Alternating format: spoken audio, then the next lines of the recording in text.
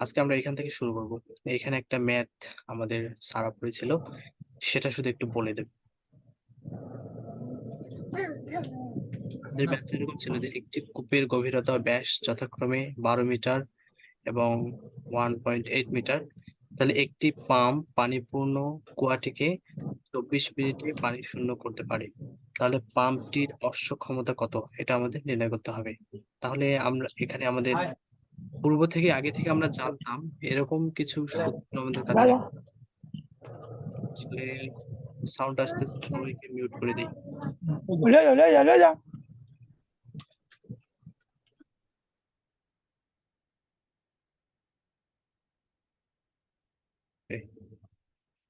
তাহলে আমরা জানি যে ঘনত্ব ঘনত্ব রো ইকুয়াল, এটা আমরা আগে থেকে জানি, rho equal M by V. এখান থেকে আমরা এম এর মান বের করে নিচ্ছি। যখন এম কে আমরা এই পাশে রাখবো তখন এদিকে হবে কি রো ভি। তাহলে আমরা এখানে শুধুমাত্র এম এর মান পেয়েছি, আমরা শুধুমাত্র এম এর মান পেলাম। তারপর আমরা কি কাজ করেছি, এখানে আমরা জানি যে পি ইকুয়াল যেটা হচ্ছে ক্ষমতা, সেই ক্ষমতা বের করার সূত্র হচ্ছে P equal M G H by টি।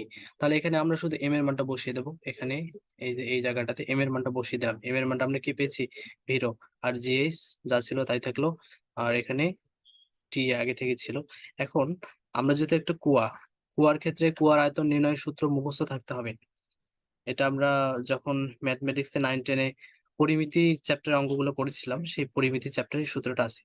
কুয়া বা সিলিন্ডার এদের ইয়া করার আয়তন নির্ণয় সূত্র হচ্ছে পাই আর স্কোয়ার এল। আর এই রো জিএইচ যেভাবে ছিল সেভাবেই থাকলো। এখন আমরা এখানে মানগুলো বসাচ্ছি। পাই এর মান বসালাম, আর এর মান আগেই আমরা ওই দিক থেকে বের করে নিয়েছিলাম। ডি এর মান দেওয়া ছিল এই যে এখানে 1.8। সেটাকে আমরা, ডি মানে হচ্ছে ব্যাস, পুরো ব্যাসটা, তার অর্ধেক হচ্ছে ব্যাসার্ধ, ব্যাসার্ধকে ডি বাই 2, সেটাকে ব্যাসের মানটাকে 2 দিয়ে ভাগ করার পর আমরা এই মানটা পেয়েছি, সেটাই এখানে বসানো হচ্ছে। তারপরে এটা হচ্ছে এল এর মান হচ্ছে 12, আর তাহলে রো এর মান হচ্ছে 1000। তারপর হচ্ছে জি এর মান জি, আর এইচ এর মান হচ্ছে 6। এইচ এর মানটা 6 কিভাবে পেলাম, এইটা শুধু এখানে একটু বুঝতে সমস্যা হতে পারে, আর বাদ বাকিতে সমস্যা হওয়ার কথা নয়। আমি শুধু এটা একটু দেখিয়ে দেই যে পানি উঠানোর গড় উচ্চতা। আচ্ছা, ধরে নিলাম যে আমাদের এই হচ্ছে একটা কুয়া, এরকম একটা কুয়া আমাদের এখানে আছে। এখানে এই সম্পূর্ণ কুয়াটাকেই কিন্তু সবগুলো পানি তুলে পানি শূন্য করতে হবে। এখানে কিন্তু অনেকগুলো পানি আছে, এরকম পানি আছে। আচ্ছা, আমরা কি সব পানি যদি এখান থেকে তুলে ফেলি, সব পানিকে কি সমান উচ্চতায় তুলতে হবে? সব পানিকে আমি ধরে নিলাম এটা হচ্ছে আমাদের জন্য ভূপৃষ্ঠ, এটা হচ্ছে ভূপৃষ্ঠ। সব পানিকে সমান উচ্চতায় তুলতে হবে না। এই যে পানিগুলো একদম উপরে আছে তাকে অল্প একটু তুললেই হবে। যে মাঝখানে আছে তাকে একটু বেশি তুলতে হবে। যে আর একটু নিচে আছে তাকে আর একটু বেশি তুলতে হবে। আর যে একদম তলার নিতে আছে তাকে সবচেয়ে বেশি তুলতে হবে। এইটা কিন্তু আমাদের জন্য এইচ, যতটুকু উচ্চতা আমরা তাকে উঠাচ্ছি সেটাই কিন্তু তার জন্য এইচ। এখানে তো এইচ এর অনেকগুলো মান আছে, যেহেতু এটা কুয়া, এটার জন্য একটু এইচ এর মান কম, এটার জন্য একটু বেশি, এটার জন্য বেশি, ক্রমান্বয়ে এদিকে বেশি। তাহলে আমরা এই অঙ্কটা কিভাবে করব? এটার জন্য আমরা এখন এইচ এর মান কোনটাকে ধরে করব? আমরা যদি সব এইচ কে বিবেচনা করতে চাই তাহলে তো আমাদের অঙ্ক করা হবে না। তখন আমরা একটা বুদ্ধি করে কি করলাম, যে এই পুরো উচ্চতাগুলোর গড় মান নিয়ে নেব, পুরো উচ্চতাগুলোর গড় করব। তাহলে এই জায়গায় যে পানিটা ছিল একদম ভূপৃষ্ঠের কাছে, ভূপৃষ্ঠের কাছে যে সেটার উচ্চতাকে আমরা সেটাকে ধরে নিলাম তাত্ত্বিকভাবে যে সেটাকে জিরো, সেটাকে কোনো উচ্চতা উঠাতে হয় না, সে এখানেই ছিল, ভূপৃষ্ঠে ছিল, ভূপৃষ্ঠ থেকে এখানে রাখা হয়েছে, তার জন্য সরণ জিরো। আর এইটা যেটা সবচেয়ে তলানিতে যেটা ছিল সেটার গভীরতা তাকে কতটুকু তুলতে হবে, তাকে 12 মিটার তুলতে হবে, কারণ পুরোটাই কিন্তু এই কুয়ার গভীরতাটা 12 মিটার ছিল। 12 মিটার যেহেতু ছিল, একদম তলানিতে যে ছিল তাকে 12 মিটারই তুলতে হবে, আর একদম উপরে যে ছিল তাকে একটুও তুলতে হবে না। এটাকে তাত্ত্বিক ভাবে ধরে নিয়েছি, বাস্তব ক্ষেত্রে এরকমটা নাও হতে পারে। আমাদের অঙ্ক মেলানোর স্বার্থে এভাবেই নেওয়া হয়েছে। তাহলে দেখো আমরা এখন গড় করব। যেটা একদম উপরে ছিল সেটার জন্য জিরো, আর সব নিচে যেটা ছিল তার জন্য 12 মিটার, এই কুয়ার গভীরতা 12 মিটার ছিল। সেটার জন্য 12, সেটাকে যেহেতু আমরা এখানে 2টা রাশি নিয়েছি, 2 দিয়ে ভাগ দিলাম গড় করার স্বাভাবিক নিয়মে। তাহলে কিন্তু এখানে কার্যকর উচ্চতা 6 মিটার পাওয়া গেল। তাহলে এখানে আমরা যেখানে ভি আছে আমাদের, যেখানে এই যে এইচ এর জায়গায় আমরা 6 বসিয়ে দিয়েছি। তাহলে এই যে এতটুকু অংশ আর এই পর্যন্ত বুঝতে কোনো সমস্যা আছে? ভাইয়া এমন টাইপের ম্যাথ গুলোর ক্ষেত্রে অনেক সময় অর্ধপূর্ণ কুয়া বলা হয়। যখন বলা হয় তখন আমাদেরকে এভাবে তখন চিন্তা কিভাবে করতে হবে। গড় সরণটা কিভাবে বের করব? তখন গড় এভাবে বের উচ্চতার। করতে হবে গড় উচ্চতা। তখন এই যে অর্ধপূর্ণ, তার মানে এখানে আমাদেরকে এই কুয়াটা এই পর্যন্ত ফিল আপ, তখন ধরে নিতে হবে এই পর্যন্ত ফিল আপ, তাই না? এই পর্যন্ত ফিল আপ। তাহলে এইটুকু জায়গার মধ্যে তখন গড় বের করতে হবে। তখন এইটুকু জায়গার মধ্যে গড় বের বের করতে হবে। তাহলে আমি ধরে নিলাম যে একটু ড্র করি তাহলে। যে পুরো কুয়া, ধরে নিলাম এটা 12, ধরে ধরে নিলাম পুরোটা হচ্ছে 12, এটাকে অর্ধপূর্ণ বলছে, তাই না? এটাকে অর্ধপূর্ণ বলছে। এই মিডলটা কিন্তু 6, যেহেতু অর্ধপূর্ণ বলছে, এইটা 6, এইটাকে যদি তুলতে হয় এটাকে 6 মিটার উপরে তুলতে হবে।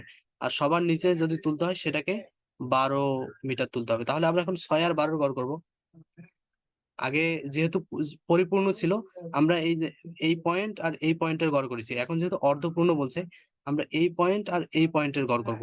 তার মানে 6 প্লাস 12/2 এভাবে করব। তাহলে এইটার কিন্তু গড় উচ্চতা বের হবে এইটুকু অংশের। বুঝা গেছে?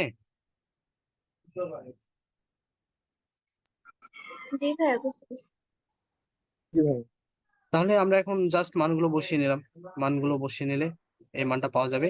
সেটাকে হর্স পাওয়ারে কনভার্ট করার জন্য আমরা 746 দিয়ে সেটাকে ভাগ দেবো, তাহলে এই ফলাফলটা চলে আসবে। তাহলে আমাদের এই অঙ্কটা শেষ। সমস্যা থাকলে বলো, নাহলে আমরা আজ এই অধ্যায় শেষ করে নতুন আজকে একটা চ্যাপ্টার শুরু করব।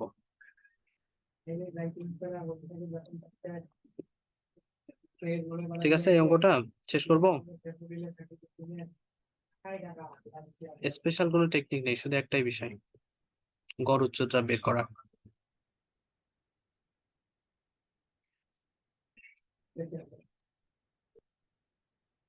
আমরা তাহলে পরবর্তী চ্যাপ্টারে চলে যাই। আমাদের এই অধ্যায়ের ম্যাথ গুলো শেষ, থিওরি গুলো আমাদের পড়া শেষ। শুধু এখন তোমাদেরকে অনেক বেশি এগুলো রিহার্সেল করতে হবে, রিভিশন করতে হবে।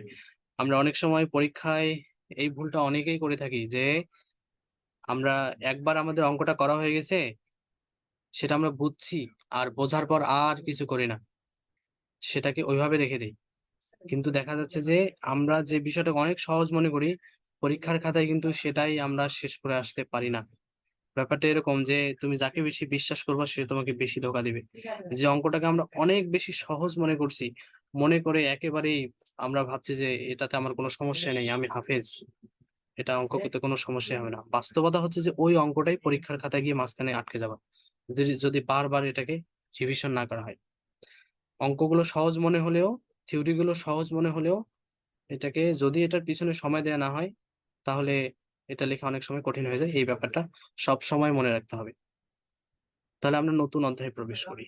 তাহলে আমাদের পরবর্তী অধ্যায়, তৃতীয় অধ্যায়, সেটা হচ্ছে ঘূর্ণন গতি। এই ঘূর্ণন গতির আমরা আজকে একটা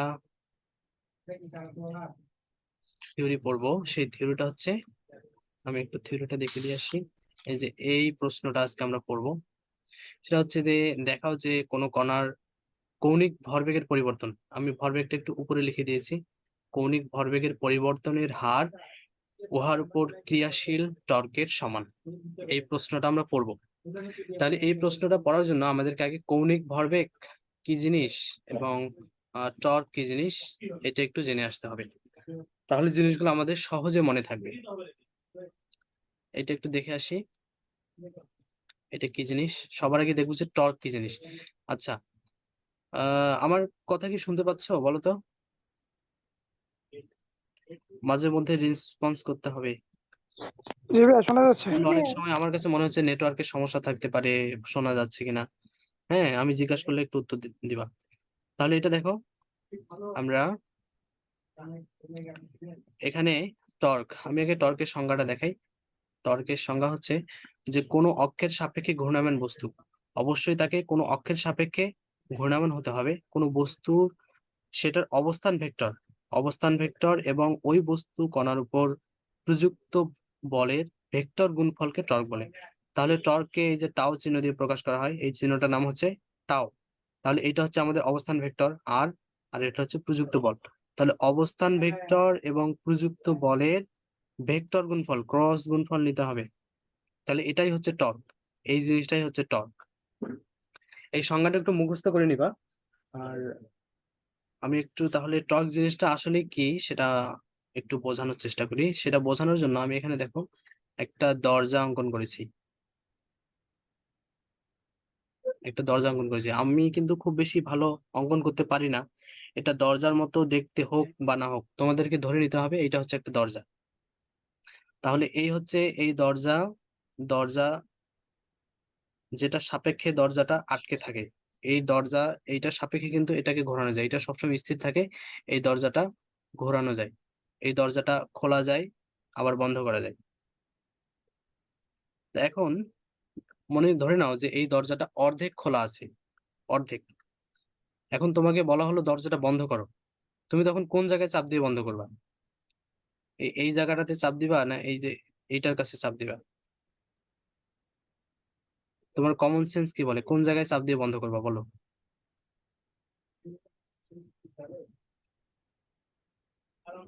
শুনতে ডান পাচ্ছ? পাশে ভাই, ডান আমরা ডান কি পাশে, অক্ষের পাশে, অক্ষের কাছাকাছি দেবো না অক্ষ থেকে দূরে দেবো? অবশ্যই আমরা অক্ষ অক্ষ থেকে থেকে দূরে দূরে। দেবো। তোমরা বাস্তবে খেয়াল করে দেখবে যে এই জায়গায় যদি চাপ দিয়ে বন্ধ করতে চাও দরজাটা, অনেক বল প্রয়োগ করতে হচ্ছে, প্রচুর চাপ দিতে হচ্ছে। আর এই জায়গাটাতে অল্প একটু দিলেই দরজাটা বন্ধ হয়ে যাবে। এরকমটা কেন হচ্ছে? কারণ এখানে টর্কের ব্যাপার স্যাপার আছে।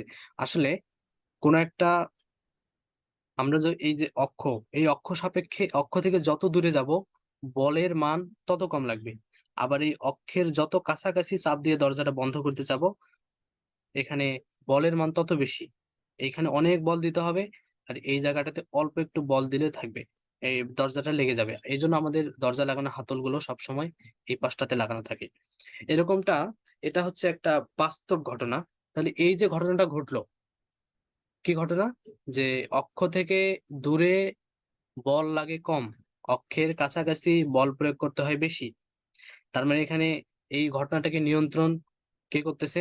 বলও একটা ফ্যাক্টর, অক্ষ থেকে যে দূরত্ব সেটাও একটা ফ্যাক্টর, কাউকে কিন্তু অস্বীকার করা যাচ্ছে না। অক্ষ থেকে যে দূরত্ব, আমরা বলটা যে প্রয়োগ করবো অক্ষ থেকে দূরত্ব সেটাও ম্যাটার, প্লাস কতটুকু বল দিচ্ছি সেটা ওখানে ম্যাটার করতেছে। তাহলে এই যে বাস্তব ঘটনাটা, এটার এটাকে তো গাণিতিক ভাবে প্রকাশ করা দরকার, তাই না? এই গাণিতিক প্রকাশটাই হচ্ছে টর্ক। এই জন্য অবস্থান ভেক্টর মানে অক্ষ থেকে তার যে অবস্থান ভেক্টর আর আর বল এটার ক্রস গুণফল নিতে হয়। তাহলে আরও চলে আসবে আমাদের, এফটাও চলে আসবে। শুধুমাত্র আর দিয়ে ব্যাখ্যা করা যাবে না, আবার শুধুমাত্র এফ দিয়েও ব্যাখ্যা করা যাবে না। তাহলে টর্কের বিষয়টাকে বুঝতে পারছো? জি ভাইয়া। তাহলে জি ভাইয়া।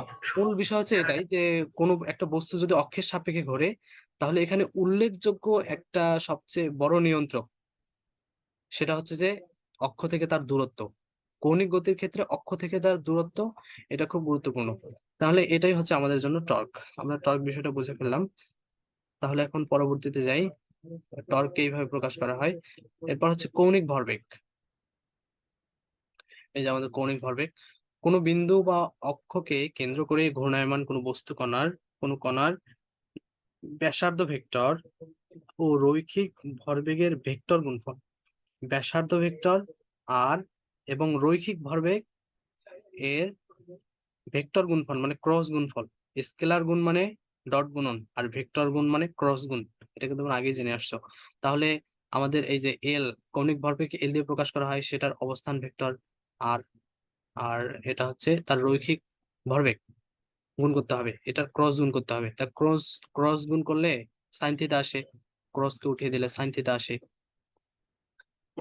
তাহলে আমরা যদি এখন পরবর্তীতে পি এর জায়গায় এমভি, যেহেতু এটা ভরবেগ, ভর গুণন বেগ এমভি, আর সাইন থিটা, থিটার মান 90 ডিগ্রি, তাহলে এল ইকুয়াল এমভি আর চলে আসে সব সময়। তাহলে এইটা হচ্ছে কৌণিক ভরবেগের সূত্র। এই সূত্রের প্রতিপাদন আমাদের এখানে উদ্দেশ্য নয়, শুধু আমাদের এই জায়গার এই জিনিসটা তোমাকে জেনে রাখতে হবে। কৌণিক ভরবেগের যে প্রকাশ, গাণিতিক প্রকাশ হচ্ছে এটা, L equal mv/r, sin 90 degree মান 1। তাহলে দেখো, শুধু এটা জেনে রাখবে যে টর্কের সংজ্ঞাটা জানা থাকতে হবে, আর তোমার এই জিনিসটা একটু মুখস্থ রাখতে হবে। এই দুইটা ব্যাপার কাজে লাগিয়ে আমরা আমাদের সমস্যাটা, আমাদের যে থিওরিটা ছিল সেটাকে প্রমাণ করব। আচ্ছা, এতটুকু বুঝতে কারো কোনো সমস্যা আছে কিনা বলো? আচ্ছা ভাই, এই যে এখানে এই যে কৌণিক ভরবেগের সাইনের কোণটা কি সবসময় 90 ডিগ্রি থাকবে না? সবসময় 90 ডিগ্রি থাকবে না।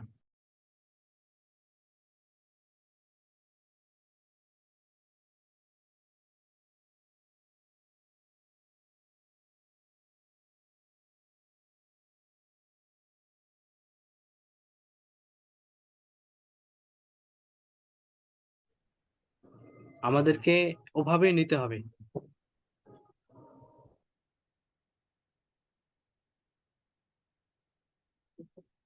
এটা কেন?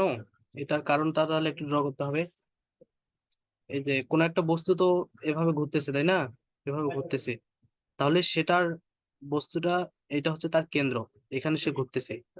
সব সময় অবস্থান ভেক্টর কোনটা? এইখান থেকে ওই বস্তুর যে দূরত্ব, এটাই কিন্তু তার অবস্থান ভেক্টর। আর আর যেটা ভরবেগ, তার যে রৈখিক ভরবেগ, ভরবেগের দিকটা সবসময় স্পর্শক বরাবর হয়, বুঝছো? স্পর্শক কিন্তু এদিকে, মাঝখানে কোনটা কত? 90 ডিগ্রি। বুঝছো এখন সবসময় 90 ডিগ্রি কেন? জি ভাই। কারণ হ্যাঁ, যেটা রৈখিক জি ভাই। ভরবেগ, তার বেগ সবসময় স্পর্শক বরাবর নিতে হয়। মনে করছে এই বস্তুটা এখানে তুমি ঘুরাচ্ছ, ঘুরাতে ঘুরাতে, মানে মনে করো যে একটা রশিতে বেঁধে ঘুরাচ্ছ, সেটা যদি রশি থেকে ছিঁড়ে যায়, সে কোন দিকে যাবে? স্পর্শক বরাবর যাবে, কিন্তু সে এইদিকে ছিটকে পড়বে। তার মানে তার রৈখিক ভরবেগ সবসময় স্পর্শক বরাবর হয়, আর অবস্থান ভেক্টরটা সবসময় ব্যাসার্ধ হয়। তাহলে মাঝখানে কোণ 90 ডিগ্রি। ঠিক আছে। তাহলে আমরা আমাদের প্রশ্নে চলে যাই। এইটা ছিল আমাদের প্রশ্ন। দেখাও যে কোনো কণার কৌণিক ভরবেগের পরিবর্তনের হার তার উপর ক্রিয়াশীল টর্কের সমান। অথবা প্রশ্নটা এভাবে আসতে পারে যে কৌণিক ভরবেগ ও টর্কের মধ্যে সম্পর্ক স্থাপন করো। মনে করি যে এম ভরের একটা বস্তুর উপর এফ বল প্রয়োগ করায় ডিটি সময়ে, খুব অল্প সময়ে, এই সময়গুলো কিন্তু খুব অল্প নিতে হবে, ডিটি সময়ে ক্ষুদ্র সময় নিতে হবে, সময়ে ভরবেগের পরিবর্তন হবে ডিপি, ভরবেগের পরিবর্তন ডিপি হবে। তাহলে এখানে একটা চিত্র দেখানো হয়েছে যে এই একটা বস্তু এখানে আছে, সেটার উপর এফ বল প্রয়োগ করা হচ্ছে। তাহলে সেখানে এফ বল প্রয়োগ করার পর এখানে ডিটি সময়ে সেটার ভরবেগ ডিপি হলো, ডিটি সময় পরে সেটা ভরবেগ ডিপি হলো। এরকম একটা চিত্র দিলে ভালো হয়, প্রশ্নটা মানসম্পন্ন হয় উত্তরটা। একান্তই চিত্র না দিলে সমস্যা নাই, তবে দেওয়াটাই ভালো, আমি দেওয়ার জন্য সাজেস্ট করব। তাহলে নিউটনের দ্বিতীয় সূত্র অনুসারে আমরা এটা লিখতে পারি, F equal to M A, F is equal to M A. তাহলে আমরা জানি, এটা কিন্তু আমাদের জানা থাকতে হবে যে যেটা বেগকে যদি সময়ের সাপেক্ষে ব্যবকলন করা হয় তাহলে কিন্তু এ পাওয়া যায়। তার মানে D DT of V equal A, এর পরিবর্তে ডি ডিটি অফ ভি লেখা যায়। এই লাইনে কি করলাম, এফ ছিল, এফ তো থাকলোই, আর এই ডি ডিটিটা সামনে নিয়ে আসলাম, জাস্ট এটাকে একটু পুনর্বিন্যস্ত করে লেখা। ডি ডিটিকে সামনে নিয়ে আসলাম আর এমভিটাকে ভিতরে নিয়ে গেলাম। সবাই তো গুণ সম্পর্কেই ছিল, এভাবে লিখতে কোনো সমস্যা নেই গুণ সম্পর্কে থাকার কারণে। তাহলে আমরা পরের লাইনে কি করবো, এখানে এমভি এর জায়গায় আমরা পি মানটা বসিয়ে দেবো, পি মানটা বসিয়ে দেবো। তাহলে এখন উভয় পক্ষকে আর দ্বারা গুণ করব। এখানে এফ ছিল, এটাকে আমরা আর দ্বারা ক্রস গুণন করব উভয় পক্ষকে। কোন একটা সমীকরণের উভয় পক্ষে যদি সেম কাজ করা হয় তাহলে কোনো সমস্যা নেই। তাহলে এই দিকেও আমরা সেম কাজ করেছি, সেটা হচ্ছে আর দ্বারা গুণ করেছি, ক্রস গুণন করেছি। তারপর কি ঘটনা ঘটলো দেখো, তাহলে আর ক্রস এফ, একটু আগে আমরা দেখে আসলাম যে এইটাই তো হচ্ছে আমাদের জন্য এই যে আর ক্রস এফ, এইটাই কিন্তু টর্ক, এটাই কিন্তু টর্ক ছিল, এটা হচ্ছে টর্ক, এটা হচ্ছে টর্কের মান। আচ্ছা, এখানে কোথাও কোথাও ভেক্টর চিহ্নটা মিসিং হয়ে থাকতে পারে, ভেক্টর চিহ্নগুলো তোমরা দিয়ে নিবা।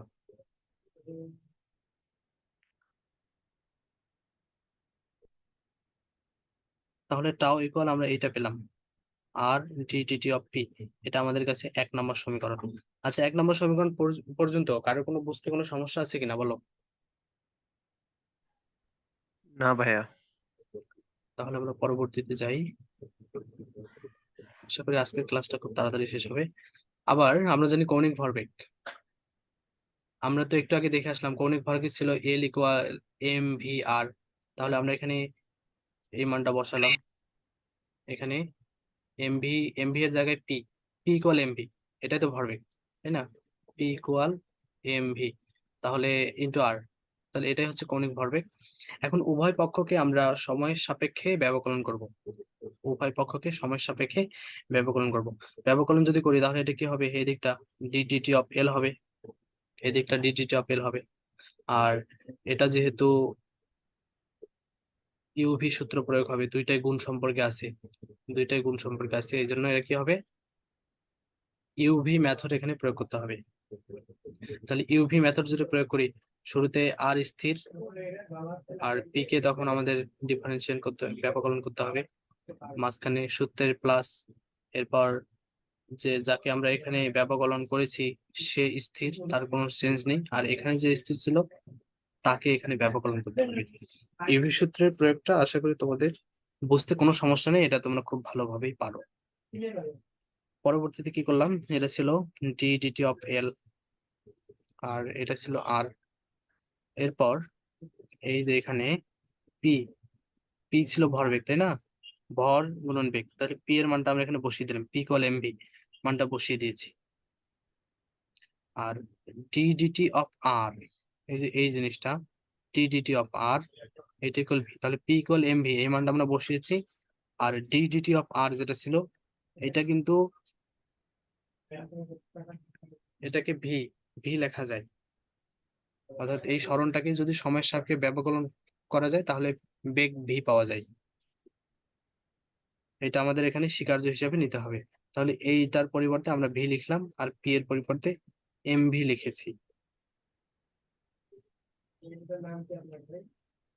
তাহলে এখন খেয়াল করো পরবর্তীতে কি কাজ হলো, এইটা যেটা ছিল তাই থাকলো, আর ভেক্টর, আর ভেক্টর তার জায়গায় ঠিক আছে, এই জিনিসটাও তার জায়গায় ঠিক আছে, কিন্তু এই পুরো জিনিসটা জিরো হয়ে যাবে, কারণ ভি ডট ভি, দুইটা সমান সমান ভেক্টর যদি একই দিকে হয় তাহলে তাদের ডট গুণফল 0 হয়। ভেক্টর চ্যাপ্টারে আমরা এগুলো দেখেছি। হ্যাঁ, তাহলে এই দুইটা সমান সমান ভেক্টর, তার দিকও এক, তাদেরকে যখন আমরা ডট গুণন নেব তার ফলাফল হবে 0। এই জন্য এটা এই প্রশ্নটা 0 হয়ে গেছে, আর এদিকে যেটা ছিল সেটা আমাদের আছেই।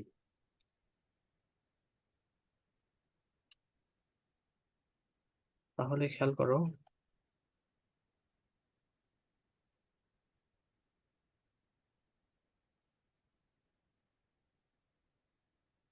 তাহলে এটাকে আমরা 0 লিখতে পারি। তো এটা হচ্ছে আমাদের জন্য 2 নম্বর সমীকরণ, ডিটি অফ এল এর মানটা আমরা এইটা পেলাম। তাহলে 1 নম্বর সমীকরণ আর 2 নম্বর সমীকরণ থেকে পাই, তাহলে 1 নম্বর সমীকরণ আমাদের জন্য কি ছিল সেটাকে একটু দেখে আসি।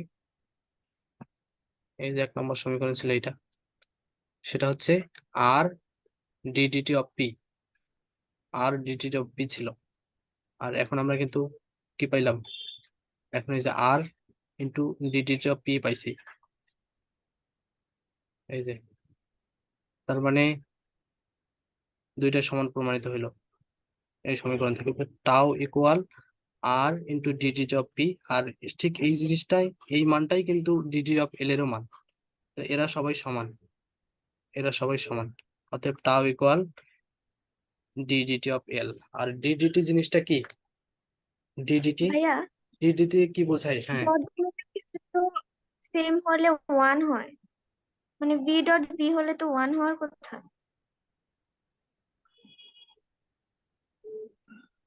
দিক দিক সেম না, the ক্রস same গুণন হলে one জিরো হয়। হয়।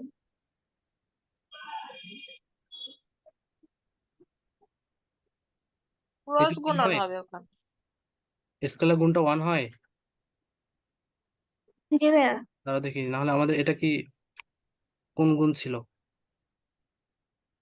ক্রস গুণন হবে। দাঁড়াও দেখি এটা আমাদের কোন গুণ ছিল?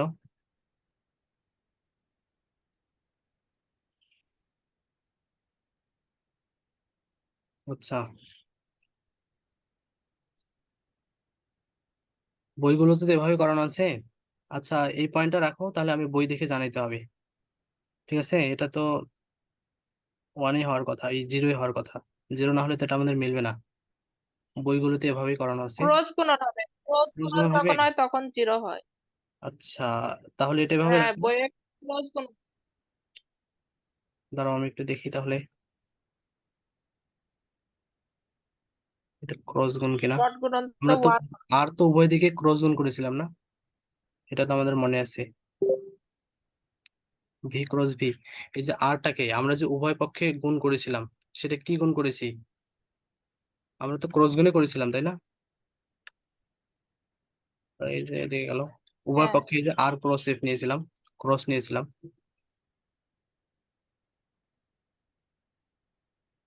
এই যে আর ক্রস এফ আর নিয়েছিলাম, ক্রস পি। আর ক্রস এফ, তাহলে আর ক্রস পি। তাহলে আরটা এখানে ক্রস গুণনে কিন্তু হচ্ছে, তাহলে এখানে ক্রস হবে, বুঝছো? তাহলে এখানে এটা ক্রস গুণন হবে, এই জায়গাটাতে ক্রস চিহ্ন দিয়ে নেবা, কারণ আমরা তো ক্রস ধরেই করেছি, তাই না? আমরা তো উভয় পক্ষে আর ক্রস গুণ করছি। উপরে দেখে আসো, একটু দেখে আসলাম, আমি আবারও দেখাই আমরা ক্রস নিয়েছিলাম কিনা। এই যে ক্রস, এদিকে ক্রস এদিকে ক্রস, উভয় পক্ষে ক্রস নিয়েছি, তার মানে গুণটা আমাদের ক্রস গুণফলই হবে। ক্রস গুণফল যদি হয়, তাহলে তো এটা শূন্য হওয়া নিয়ে আর কোনো সমস্যা নেই, তাই না? এটা যদি ক্রস না, হয়, তাহলে তো শূন্য হওয়া নিয়ে কোনো সমস্যা নেই, তাহলে এটা 0 হয়ে গেল।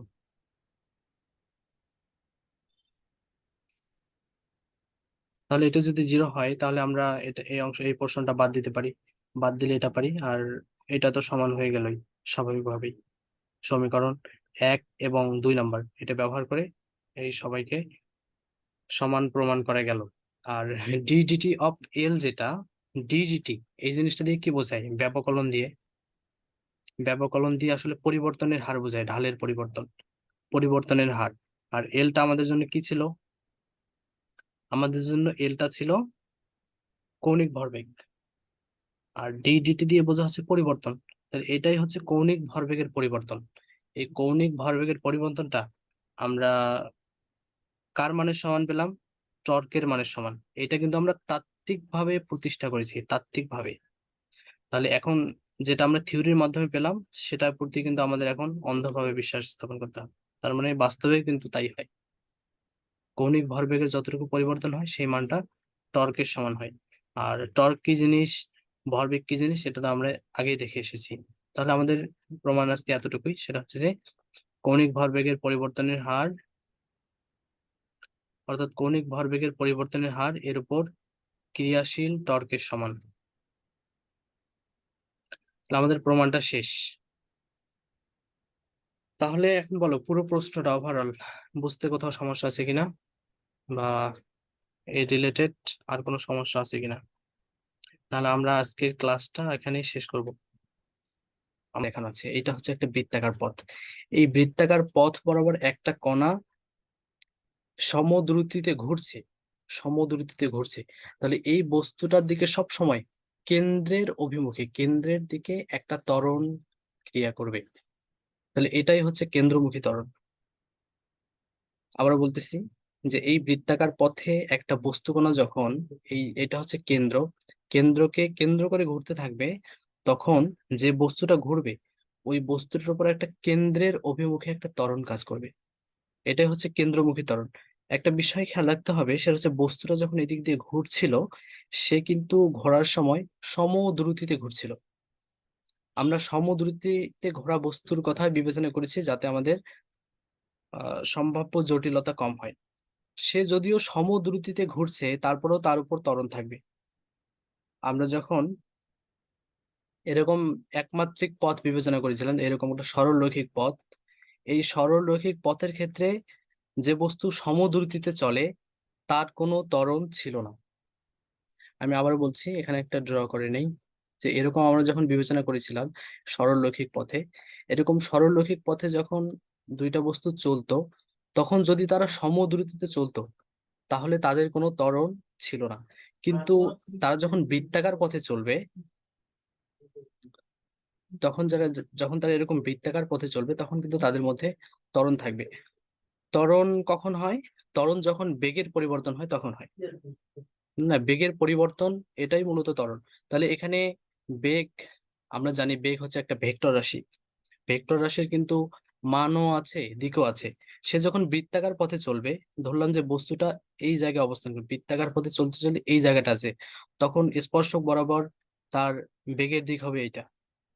আবার যখন বস্তুটা এই জায়গায় চলে গেল, তখন তার বেগের দিক হবে এটা, স্পর্শক বরাবর। আগে দিক ছিল এদিকে, আগে দিক ছিল এদিকে, তাহলে কিন্তু দিকের পরিবর্তন হচ্ছে, দিকের পরিবর্তন হচ্ছে। কোন একটা ভেক্টর রাশির মান কখন পরিবর্তন হয়? যখন শুধু মানের পরিবর্তন হয় তখন ভেক্টর রাশির মান পরিবর্তন হয়। যখন দিকের পরিবর্তন হয় তখন ভেক্টর রাশির মান পরিবর্তন হয়।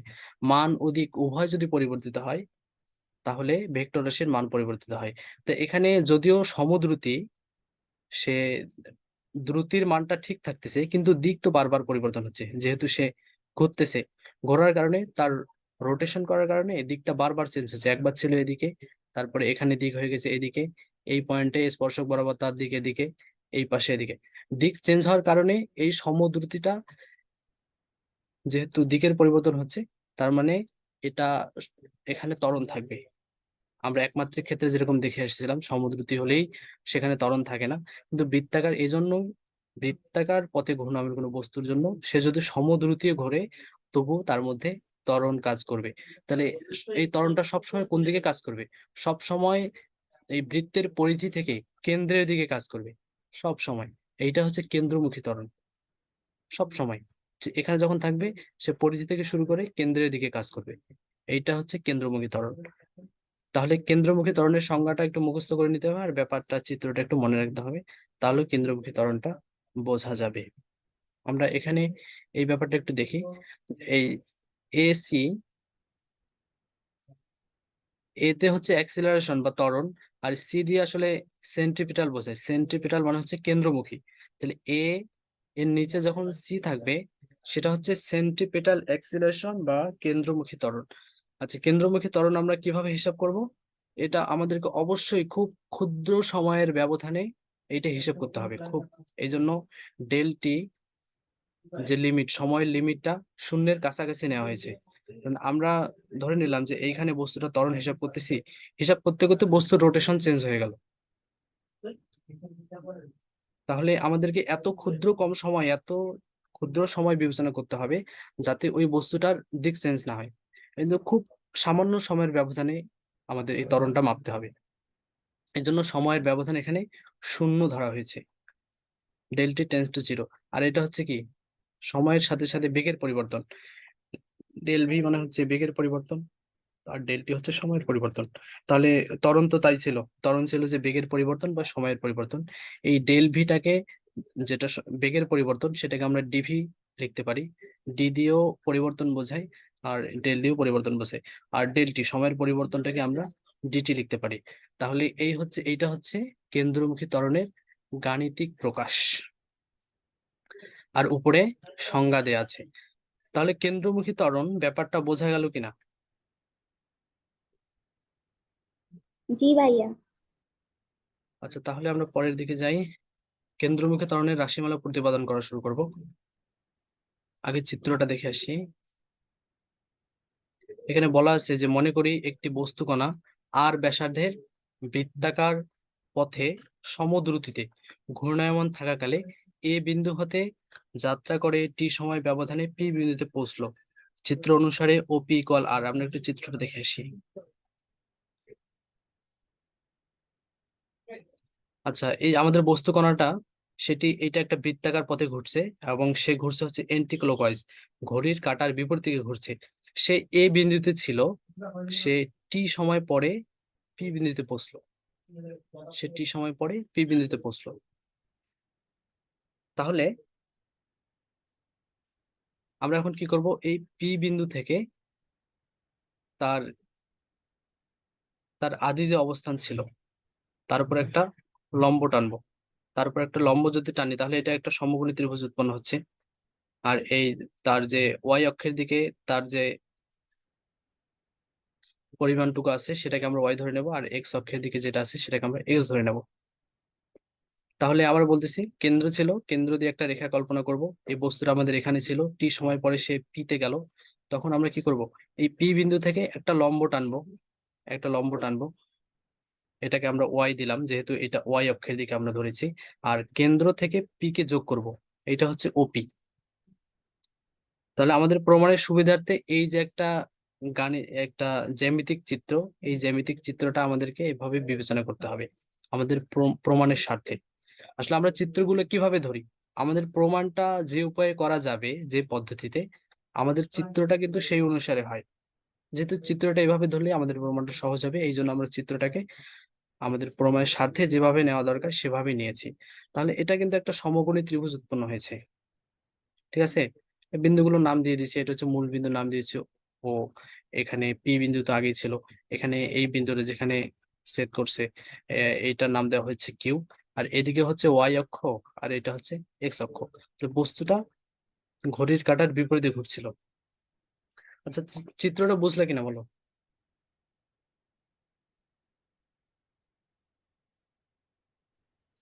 চিত্রটাকে বুঝতে পারছো? জি ভাইয়া, বুঝতে পারছি। তাহলে আমরা প্রমাণের দিকে চলে যাই।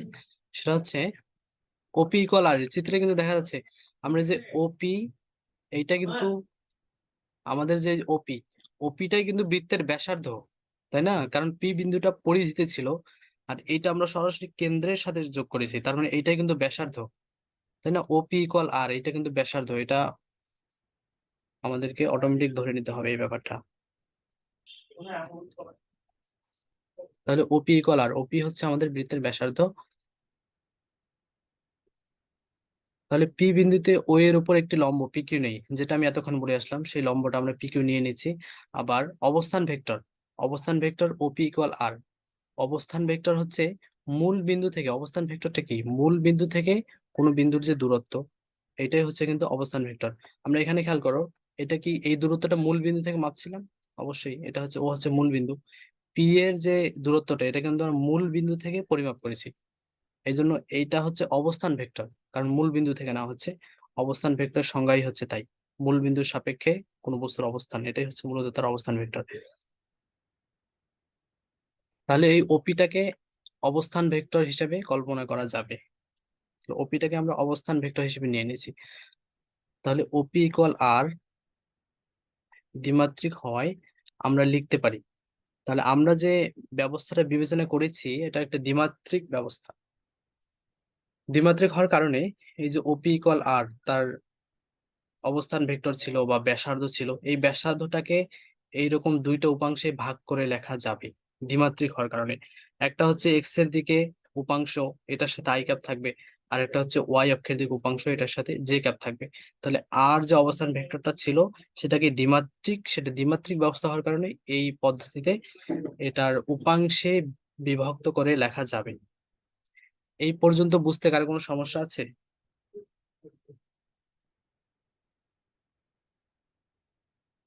বলো।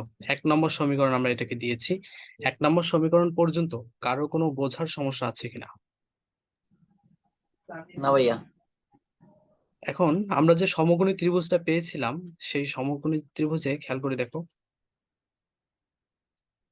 একবার সাইনের মান নির্ণয় করবো, একবার কজের মান নির্ণয় করব, আর কোনো কিছু করব না। তাহলে এই যে সমকোণী ত্রিভুজ, একবার কজের মান নির্ণয় করব, একবার সাইনের মান নির্ণয় করব। তাহলে ওই কাজটা করি। এই যে সমকোণী ত্রিভুজ, এগুলো শুধু বলে দিয়েছি। ওকে কেউ আমরা এক্স ধরেছিলাম যেটা ভূমি বরাবর, এটা হচ্ছে এটাকে ওয়াই ধরেছিলাম যেহেতু এটা উপর দিকে ওয়াই অক্ষ বরাবর আছে। এখানে কজের মান কত হবে? এখানে আমরা যদি কস থিটা বিবেচনা করি তাহলে এই ভূমি বাই অতিভুজ হবে। ও কিউ ছিল আমাদের জন্য ভূমি, ওপি হচ্ছে অতিভুজ। তাহলে এখান থেকে ও কিউ এর মান বের করব। ও কিউ এর মান যদি বের করি তাহলে ওপিটা এদিকে চলে আসলো, তাহলে ওপি কস থিটা হবে। ওপি কস থিটা হবে। আবার ও কিউ জিনিসটা, এটাকে তো আমরা এক্স ধরেছিলাম আর ওপিটাকে আমরা আর ধরেছিলাম। তাহলে ও কিউ এর জায়গায় এক্স বসাই দিলাম আর ওপি এর জায়গায় আর বসিয়ে দিলাম। এখানে কস থিটা যাই ছিল তাই থাকলো।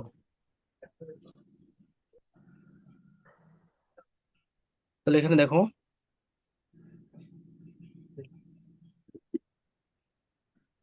আবার এই থিতা সমান সমান কিন্তু ওমেগা টি লেখা যায়। এই থিতার পরিবর্তে এখানে ওমেগা টি লিখলাম, যেহেতু আমরা কৌণিক বেগ বিবেচনা করতেছি। তাহলে থিতা এর পরিবর্তে ওমেগা টি লেখা যায়, আমরা সেই কাজটাই করলাম। তাহলে এই পর্যন্ত বুঝতে এক্স এর মান বের হয়ে আসলো। এই পর্যন্ত বুঝতে সমস্যা আছে? শুধু থিতার জায়গায় থিতা ইকুয়াল ওমেগা টি যে সম্পর্ক ছিল সেই সম্পর্কটা ভেঙে লেখা হয়েছে। কারো বুঝতে সমস্যা থাকলে বলো। ভাইয়া একটু উপরে বোঝাবেন, উপরে উপরে উপরে কোন পয়েন্টটাতে? হ্যালো ভাইয়া, ভাইয়া একটু ক্লাসটা মিস করছি তো, একটু উপরে। আচ্ছা, আমাদের তো সময় কম, পরে তাহলে একটু কষ্ট করে রেকর্ড দেখে নিতে হবে, নাহলে তো আমরা শেষ করতে পারবো না। আচ্ছা একটু কষ্ট করে রেকর্ড দেখে নিতে হবে, কারণ এখানে সবাই আছে তো, যারা আবার শুরু থেকে ছিল তাদের তো টাইম লস হবে। আচ্ছা আচ্ছা, সমস্যা নেই। হুম। তাহলে এই যে এক্স এর মান পর্যন্ত যারা শুরু থেকে ছিল তাদেরকে বুঝতে কোনো সমস্যা আছে? এক্স এর মান পর্যন্ত? জি না। আচ্ছা, তারপর দেখো আমরা কি করছি, এখন সাইন সাইন অনুপাতটা বের করেছি। আচ্ছা, সাইন অনুপাত যখন বের করব তখন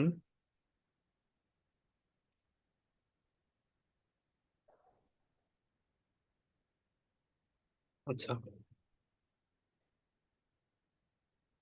আচ্ছা যখন সাইন অনুপাত বের করেছি ওই সমীকরণ ত্রিভুজটাতে, তখন এটা হচ্ছে আমাদের, এটা ছিল পি কিউ ছিল লম্ব আর এটা ছিল আমাদের অতিভুজ। তাহলে সাইন কোণের অনুপাত অনুসারে এটা হয়। আমরা যদি এখানে পি কিউ এর মান বের করতে চাই তাহলে ওপিটা এইদিকে চলে আসে, তাহলে ওপি সাইন থিটা হয়। আবার ওই যেটা পি কিউ সেটাকে আমরা ওয়াই ধরেছিলাম লম্বটাকে, আর ওপি ইকুয়াল তো ব্যাসার্ধ, আর sine theta is sine theta. এখানেও থিটার জায়গায় আমরা ওমেগা টি এখানেও বসাতে পারি, এর পরিবর্তে ওমেগা টি বসাবো। আর যদি এখানে যদি থিতা রেখে দেই, আর পরবর্তীতে বসানোর সময় যদি আমরা ওমেগা টি বসাই, এটা খুব বড় একটা, এটা কোনো সমস্যা নাই। তোমরা চাইলে এখানে থিতার পরিবর্তে পরের লাইনে ওমেগা টি লিখে দিতে পারো। এখানে কিন্তু আমরা ওয়াই এর মান পেয়েছি। তাহলে 1 নম্বর সমীকরণ কি ধরেছিলাম মনে আছে? কোথা থেকে যে সাউন্ড আসতেছে আমি একটু ইয়া করে দেই, সবাইকে মিউট করে দেই।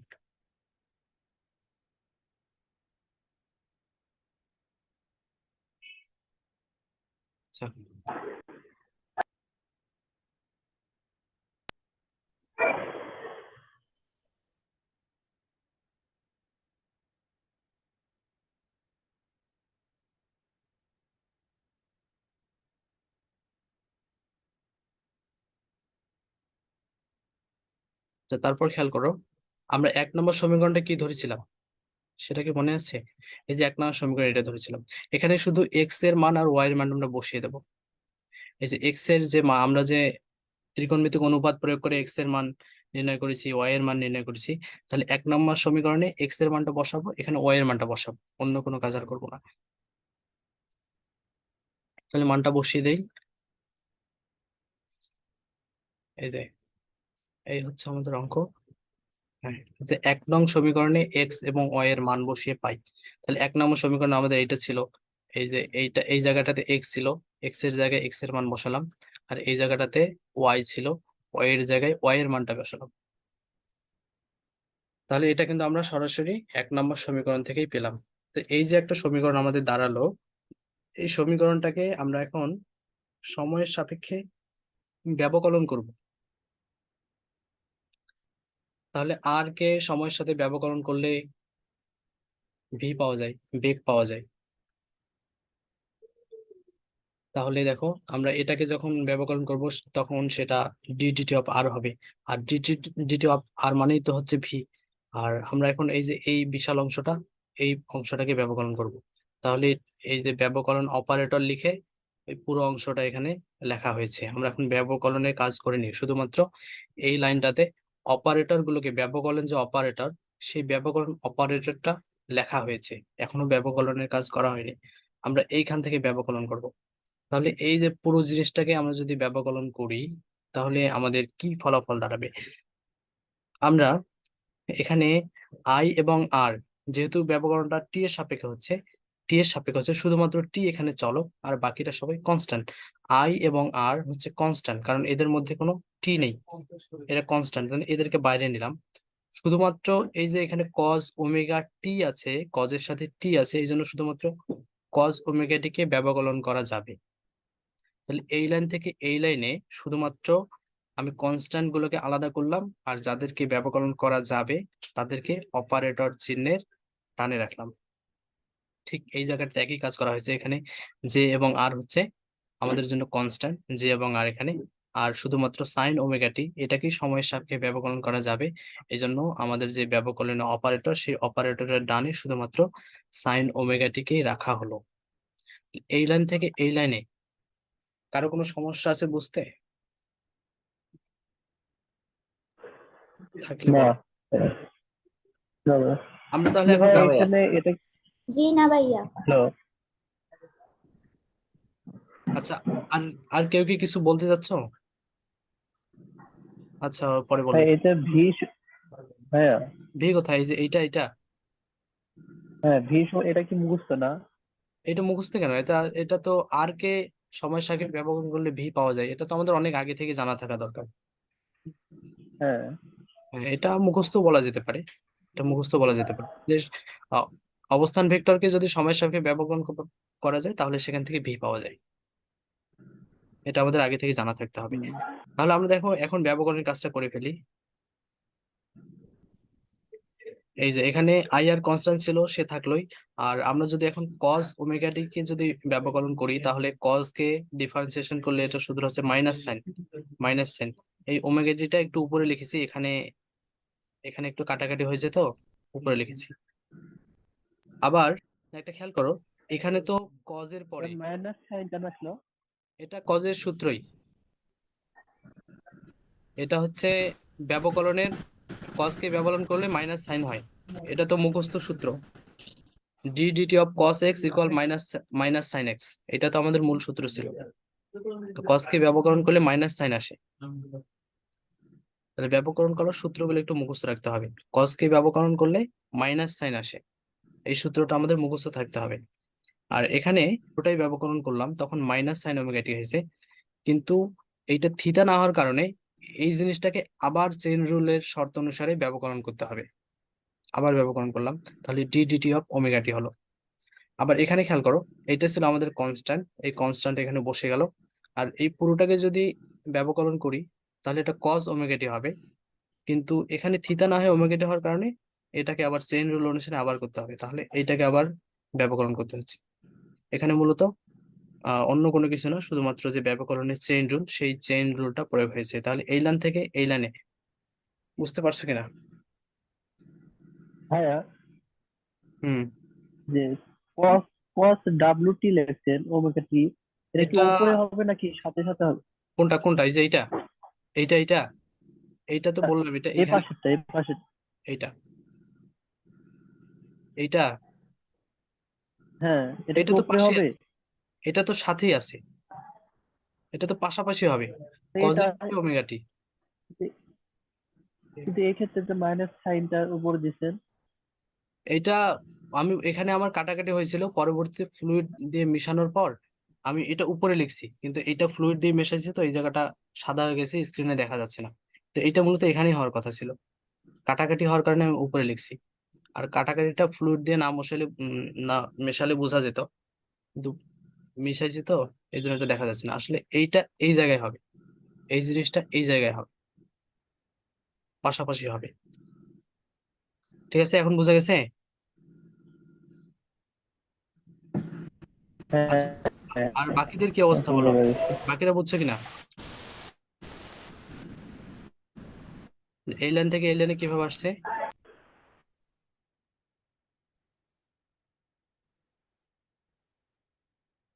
কথা বলতে হবে তো, আজান জি হয়ে ভাইয়া। যাচ্ছে, সময় কম। আচ্ছা, এখন পরবর্তীতে আমরা কি করলাম খেয়াল করো, আমরা শুধু এখন এই যে ব্যবকলনটা এটা প্রয়োগ করেছি। এখানে এই যে এগুলো সব ঠিক আছে, এগুলো সব ঠিক আছে। এটা তো এই লাইন থেকে এই লাইনে আসছি, এখন এই লাইন থেকে এই লাইনে কাজ করতেছি।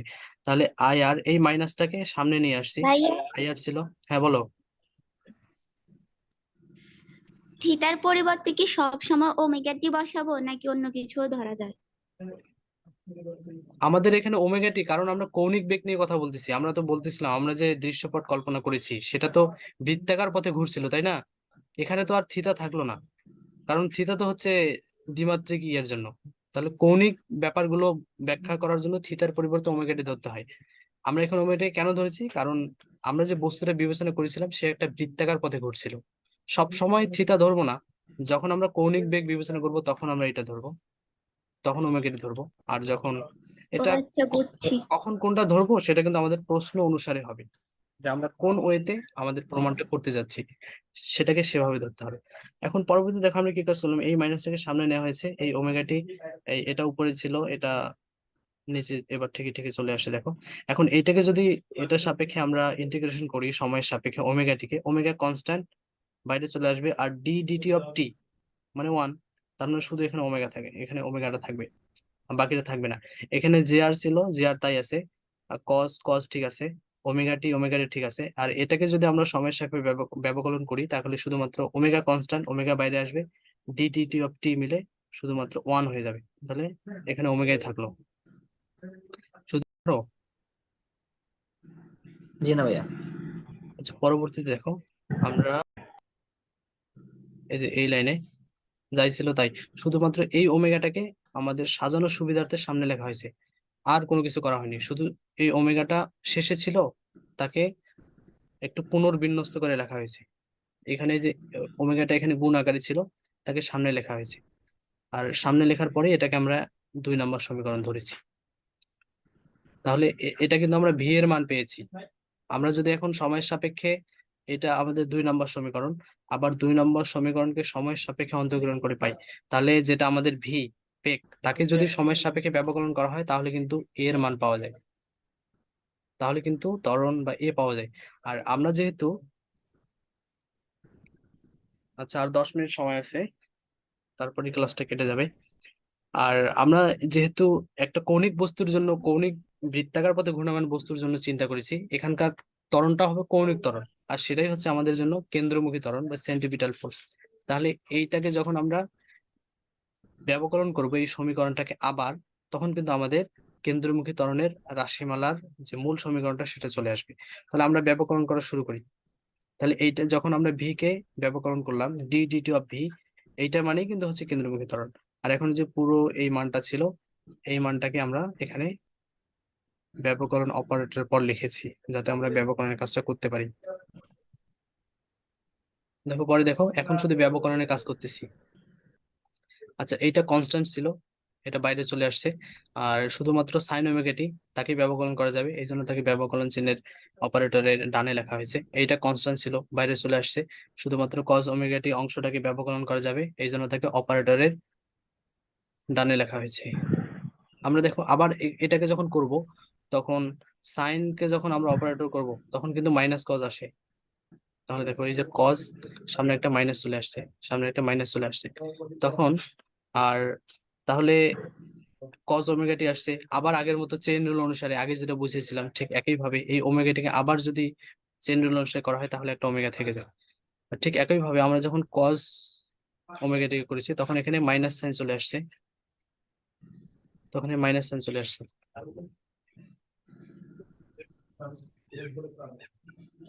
আবার এখানে একটা, এটাকে যখন আবার চেইন রুল অনুসারে করা হয়েছে তখন কিন্তু এখানে একটা উপরের লাইনে মাইনাসটা কেন দিয়েছে তাহলে?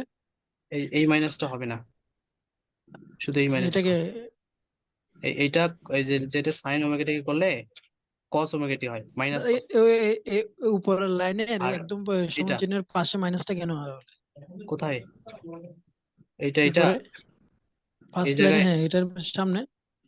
তাহলে এই যে কস ওমেগাটি, কসকে করলে হুম, মাইনাস সাইন হয়, কসকে করলে মাইনাস সাইন হয়, আবার সাইন ওমেগাটিকে করলে কস ওমেগাটি হয়। তা এই মাইনাসটা হুম। হবে না এখানে, আচ্ছা ঠিক আছে ঠিক আছে? এই মাইনাসটা আমি ঠিক মুছে আছে দিতে চাইছিলাম, পরে ভুলে গেছি। আমি এটা ফ্লুইড দিয়ে মুছে ঠিক আছে দিতে ভুলে গেছি। তো খেয়াল করে দেখো, আমরা এখানে আগের মতোই চেইন রুল অনুসারে এখানে একটা করে ওমেগা থাকবে, এখানে চেইন রুল প্রয়োগ করলে এখানে ওমেগা থাকবে। তাহলে আমরা আগে যে ক্যালকুলেশনটা করে এসেছি এখানে তাই হবে, একইভাবে একই রকম ক্যালকুলেশন, একটা করে ওমেগা থাকবে। আশা করি এতটুকু বুঝতে কারো কোনো সমস্যা নেই। আর একান্তই সমস্যা থাকলে একটু কষ্ট করে পূর্বের যেটা বুঝেছিলাম সেটা একটু দেখে নিতে হবে। তারপরেও কারো একান্ত বোঝার এই লাইন থেকে এই লাইনে আসতে কোনো সমস্যা হলে এখন বলতে পারো। না ভাইয়া নাই। নাই? আচ্ছা, তাহলে এখানে খেয়াল করো আমরা কি করলাম পরবর্তীতে। এখানে এই যে একটা ওমেগা, এখানে একটা ওমেগা, এই দুইটা ওমেগাকে গুণ করে ওমেগা স্কয়ার লেখা হয়েছে, আর বাদ বাকি যারা আছে তাদেরকে শুধু এখানে লেখা হয়েছে, অন্য কোনো কাজ করেনি। ওমেগা আর ওমেগা গুণ হয়ে ওমেগা স্কয়ার, এই একটা ওমেগা এই একটা ওমেগা গুণ হয়ে এখানে একটা ওমেগা স্কয়ার, এদেরকে শুধু স্কয়ার করা হয়েছে, আর বাদ বাকি যারা যেভাবে ছিল তাদেরকে শুধু তাদের জায়গায় বসিয়ে বসিয়ে লেখা হয়েছে, আর অন্য কোনো কাজ করা হয়নি। আর এই পুরো জিনিসটা থেকে আমরা যদি মাইনাস ওমেগা স্কয়ার কমন নেই, তাহলে আমরা যদি মাইনাস ওমেগা স্কয়ার কমন নেই তাহলে কি থাকে? তাহলে এখানে মাইনাস আচ্ছা এই ভাইয়া 2 নাম্বার, স্কয়ারটা চলে গেছে। হ্যাঁ বলো। ভাইয়া 2 নাম্বার লাইনের আগে যদি মাইনাস না থাকে তো তৃতীয় নাম্বার লাইনের আগে তো মাইনাস থাকবে না। আচ্ছা ভাইয়া, এই সাইন থাকলে কি মাইনাস কস হবে?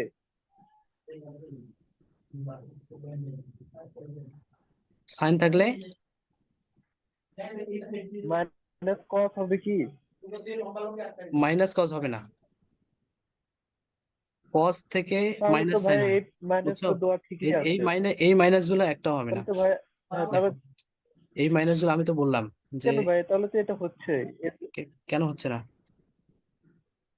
হচ্ছে তো। এই যে যখন হচ্ছে আমরা যে মাইনাস কস কি তো করব, সামনে ব্যাপক, থেকেই তো চলে আসতেছে। এটাও হবে না, এটাও হবে না, এটাও হবে না, এটা হবে না। আর সামনে কোথা থেকে, আমি এখানে লাল লিখলে তো হয়ে যেত, আমি যদি এখানে যদি এটা না লিখতাম তাহলে তো এগুলো আসতো না, তাই না? এগুলো আসতো কি? এগুলো একটাও আসতো না। তাহলে এইখানে লেখার কারণে এইখানে আসছে।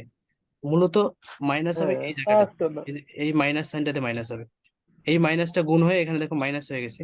আর এগুলো, এইটা মাইনাস হবে না, এই মাইনাসটা হবে না, এই মাইনাসটা হবে না, এই মাইনাসটা হবে না। আচ্ছা ভাইয়া, আচ্ছা ভাইয়া প্রথম লাইনটা তো যে বি এর মান, তাই না? হ্যাঁ, প্রথম লাইনটা ছিল আমাদের যে মূল সমীকরণটা, ওটা কিন্তু বি এর মান ছিল, সেটাকে আমরা ব্যবকলন করতেছি, তাহলে কিন্তু এ পাবো। জি। ভি কে এটা কিন্তু এখন এ এর মান বের হচ্ছে, কারণ আচ্ছা আমরা ভি কে ব্যবকলন করতেছি।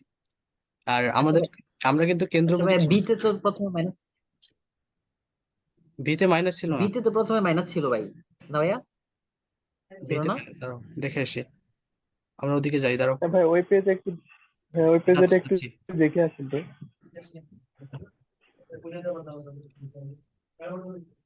ওই যে ভাইয়া মাইনাস ছিল তো, ওই যে।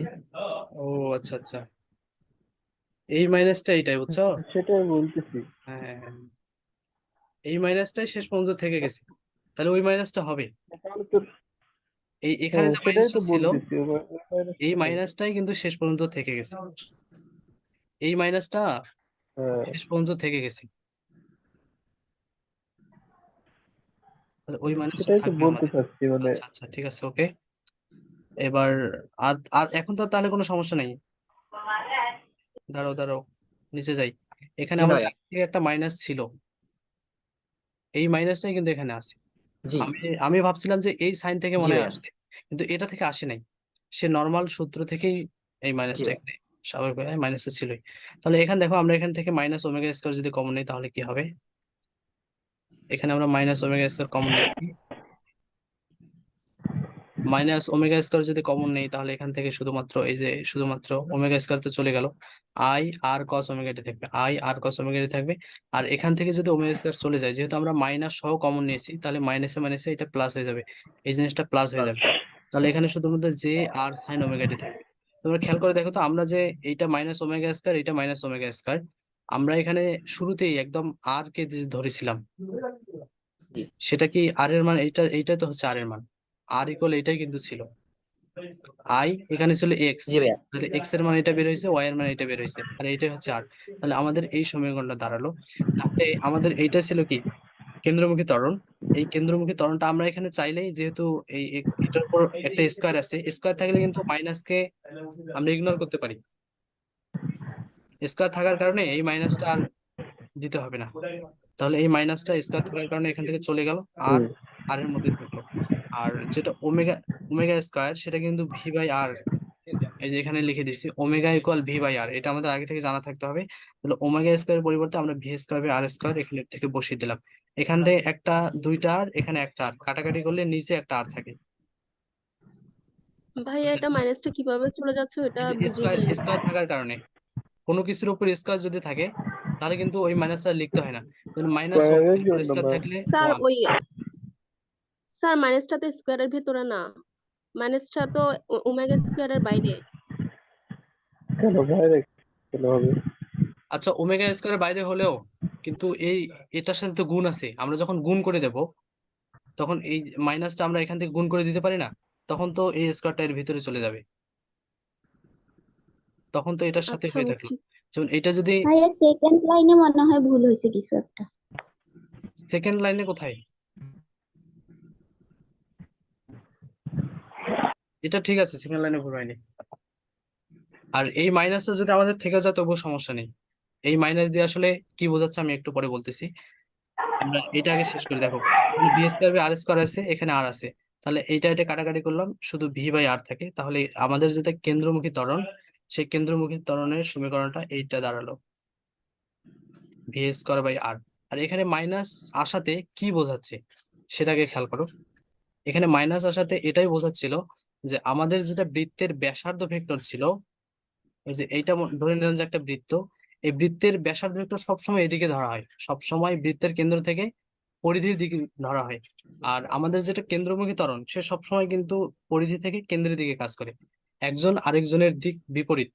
এই কারণে এই মাইনাস চিহ্নটা আসছে এখানে, আর মাইনাস চিহ্ন দিয়ে এটাই বোঝায়। আমরা যদি এখানে ঠিক আছে ভাইয়া, বুঝছি। স্কোয়ার স্কোয়ার প্রয়োগ না করে দিয়ে, আমি তো বললাম যে মাইনাসটা গুণ করে দিয়ে স্কোয়ার করেছি, এটা না করে আমরা যদি সরাসরি এটাতে এই মাইনাসটাকে ইগনোর করি তবুও কোনো সমস্যা নেই, দুইভাবেই করা যাবে। মাইনাসটা গুণ করে দিয়ে তাকে স্কোয়ারের ভিতরে ঢুকিয়ে তাকে আমরা ইগনোর করতে পারি, আবার সরাসরি আসলে মেনটেন করবে। বল দুইটা সমান মানে হতে হবে একে অন্যের বিপরীত। এইটার দিক হচ্ছে এদিকে, একটা বলের দিক, আর একটা বলের দিক হচ্ছে এদিকে, বিপরীত। এরপর হচ্ছে এরা অবশ্যই সমান্তরাল হতে হবে। দেখো এই বল আর এই বল কিন্তু সমান্তরাল। এরপর হচ্ছে প্রয়োগ বিন্দু ভিন্ন, এইটা হচ্ছে প্রয়োগ বিন্দু একটা, এখানে হচ্ছে আরেকটা প্রয়োগ বিন্দু, ভিন্ন ভিন্ন বিন্দুতে প্রয়োগ হচ্ছে। তার মানে এই শর্তগুলো মেনটেন করেছে, তাহলে এই যে বলটাকে আমরা কি করতে পারবো, এটাকে আমরা বলবো তখন কাপল বা দ্বন্দ্ব বা যুগল। ঠিক আছে, তাহলে বল যদি সমান মানের না হয়, এখানে যদি বলটা কম মানের হয়, এখানে যদি বেশি মানের হয়, তবুও এ ধরনের ক্ষেত্রে আমরা সেটার লব্ধি টর্ক পাবো, কিন্তু সেটাকে আমরা দ্বন্দ্ব বা কাপল বলবো না। দ্বন্দ্ব বা কাপল বলার জন্য অবশ্যই দুই দিকে সমান বল প্রযুক্ত হতে হবে। অসমান যদি হয় আমরা সেটাও ক্যালকুলেশন করতে পারবো, কিন্তু সেটাকে আর দ্বন্দ্ব বলবো না। দ্বন্দ্ব তখনই বলবো যখন বল দুইটা সমান মানের হবে। তাহলে দ্বন্দ্ব যুগল এই ব্যাপারটা বুঝতে পারছো কি? জি। তাহলে এটা আমাদের প্রয়োগ করতে হবে। এই দ্বন্দ্ব যদি প্রয়োগ করি, দেখো এখানে এদিক থেকে যদি ফোর্স দেই, আবার এদিক থেকে যদি এদিকে ফোর্স দেই, তাহলে লাঠিটা কিন্তু এইভাবে বৃত্তাকার পথে ঘুরতে থাকবে, বৃত্তাকার পথে ঘুরবে, নাহলে কিন্তু সে ঘুরবে না। কিন্তু তাকে ঘোরাতে হলে অবশ্যই দুই দিকে তাকে বিপরীতমুখী বল দিতে হবে। তাহলে যারা কৌণিক বেগে, যারা কৌণিক গতিতে যারা ঘুরছে, তাদের বেগের পরিবর্তন করার জন্য কিন্তু আমাদের এরকম দ্বন্দ্ব বা কাপল এটা প্রয়োগ করতে হয়। তো আমরা সেই কাজটাই করব প্রমাণ করার ক্ষেত্রে। তাহলে কৌণিক বেগের পরিবর্তন করানোর জন্য আমরা দ্বন্দ্ব প্রয়োগ করতে হয়, ঘূর্ণন গতিতে সেটা দ্বন্দ্ব প্রয়োগ করতে হয়। এই দ্বন্দ্বের যে ভ্রামক, সেই ভ্রামককে টর্ক বলা হয়, ভ্রামক। আচ্ছা, ভ্রামক কি আমরা একটু পর দেখতে পাবো আর কি। আমরা যে দ্বন্দ্ব প্রয়োগ করছি সেই দ্বন্দ্বের ভ্রামক, এটাই মূলত হচ্ছে টর্ক। ভ্রামকটা আমরা একটু পরে জানতেছি। ধরে নেই যে একটি দৃঢ় বস্তু একটি নির্দিষ্ট অক্ষ এবি এর চারদিকে ওমেগা সমকোণিক বেগে ঘুরছে।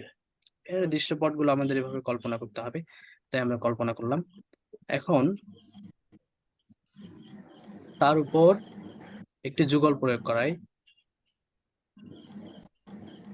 তার উপর একটি যুগল প্রয়োগ করায় এর কৌণিক বেগ বৃদ্ধি পাবে।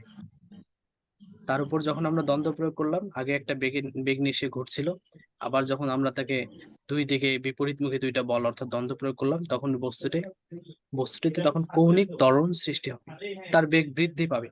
আর বেগ বৃদ্ধি পেলেই সেটাই তো ত্বরণ, তাহলে কৌণিক ত্বরণ সৃষ্টি হবে। বস্তুতে সৃষ্ট এই কৌণিক ত্বরণ বস্তুটির প্রতিটি কণার উপর সমান প্রভাব বিস্তার করবে, কিন্তু ঘূর্ণন অক্ষ হতে কণাগুলোর বিভিন্ন দূরত্বে অবস্থান করায় রৈখিক ত্বরণ ভিন্ন ভিন্ন হবে। এই ব্যাপারটা আমরা একটু উপর থেকে বুঝে আসি যে কৌণিক ত্বরণ আর রৈখিক ত্বরণের ব্যাপারটা কি আসলে। এখানে খেয়াল করো, এই যে আমি এখানে একটা লাঠি অঙ্কন করেছি, এই যে এইটা হচ্ছে আমাদের মূল লাঠিটা, এই লাঠির উপর টর্ক প্রয়োগ করা হচ্ছে, তাহলে লাঠিটা ঘুরবে না? ধরে নিলাম যে সেটা এই রোটেশনে ঘুরতেছে, এই পাশ দিয়ে ঘুরতেছে, এই দিক দিয়ে ঘুরতেছে, তাহলে এইটা হচ্ছে লাঠির একটা অবস্থান, এইটা একটা অবস্থান, আবার ঘুরতে ঘুরতে এইটা একটা অবস্থান, এটা একটা অবস্থান, তিনটা অবস্থান। আচ্ছা, তুমি খেয়াল করো তো, এই যে লাঠির যে মাঝামাঝি অংশটা, সে লাঠিটা এই জায়গায় ছিল, তাকে আমরা দ্বন্দ্ব বা টর্ক প্রয়োগ করে করে আবার ঘুরিয়ে, একবার ঘুরিয়ে আবার এই জায়গায় নিয়ে আসছি। সে যেখানে ছিল তাকে ঘোরানোর পর আবার ঠিক এই জায়গায় নিয়ে আসছি। তাহলে এই যে আমাদের লাঠিটার মাঝখানে এই সে কত ডিগ্রি কোণ ঘুরেছে? একটা বৃত্তাকার পথ ঘুরেছে না? 360। 360 ডিগ্রি। হ্যাঁ, 360 ডিগ্রি। আবার মাছ এই সামনের একদম যেটা মাথার অংশ আগার দিকে, সেটা চিন্তা করো তো, সেটা কয় ডিগ্রি ঘুরেছে? 360 ডিগ্রি। এটাও 360 ডিগ্রি করেছে। আবার মাঝখানে যারা, তারাও 360 ডিগ্রি করেছে। তার মানে তারা কৌণিক দূরত্ব যেটা, সবাই কিন্তু 360 করেই পাড়ি দিয়েছে। দেখো, এইটাও 360, এইটাও 360, আবার আরো যদি বড় নেই সেটাও 360, বৃত্ত যদি আরো বড় নেই সেটাও 360।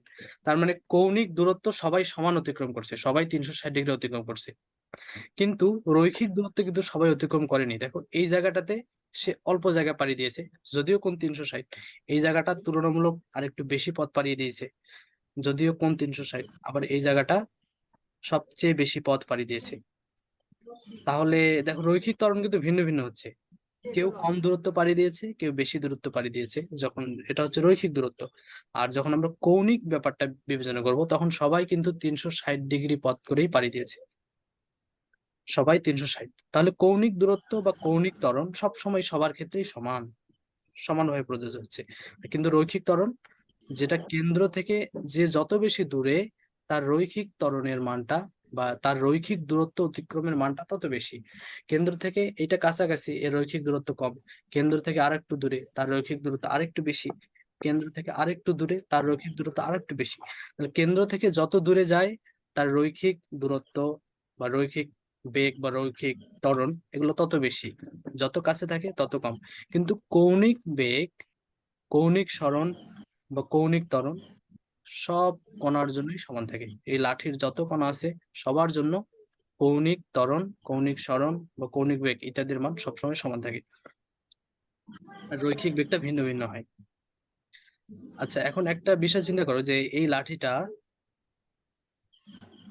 মনে করো যে এই লাঠিটার এভাবে ঘুরতেছে, এই এই অংশটা দিয়ে যদি কাউকে আঘাত করা হয়, এই অংশটা, এটা কিন্তু খুব জোরে আঘাতটা লাগবে না, কিন্তু যদি এই আঘাতটা যদি মাথা লাগে একদম, যেটা লাঠির মাথাটা, তাহলে কিন্তু আঘাতটা বেশি হবে।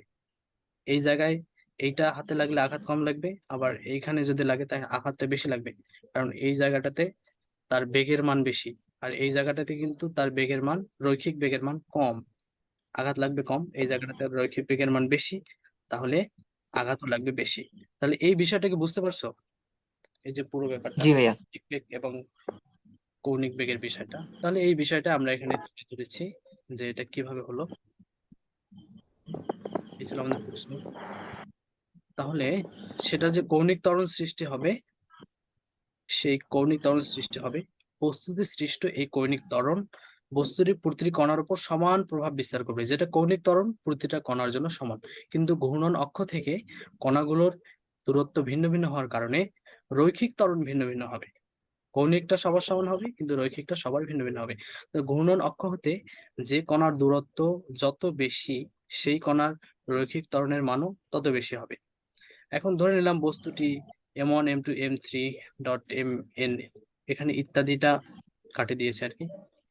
তাহলে এই কণাগুলো দ্বারা গঠিত একটা বস্তু। তাহলে এই ভরের কতগুলো কণার সমন্বয়ে বস্তুটা গঠিত। এবং ঘূর্ণাক্ষ হতে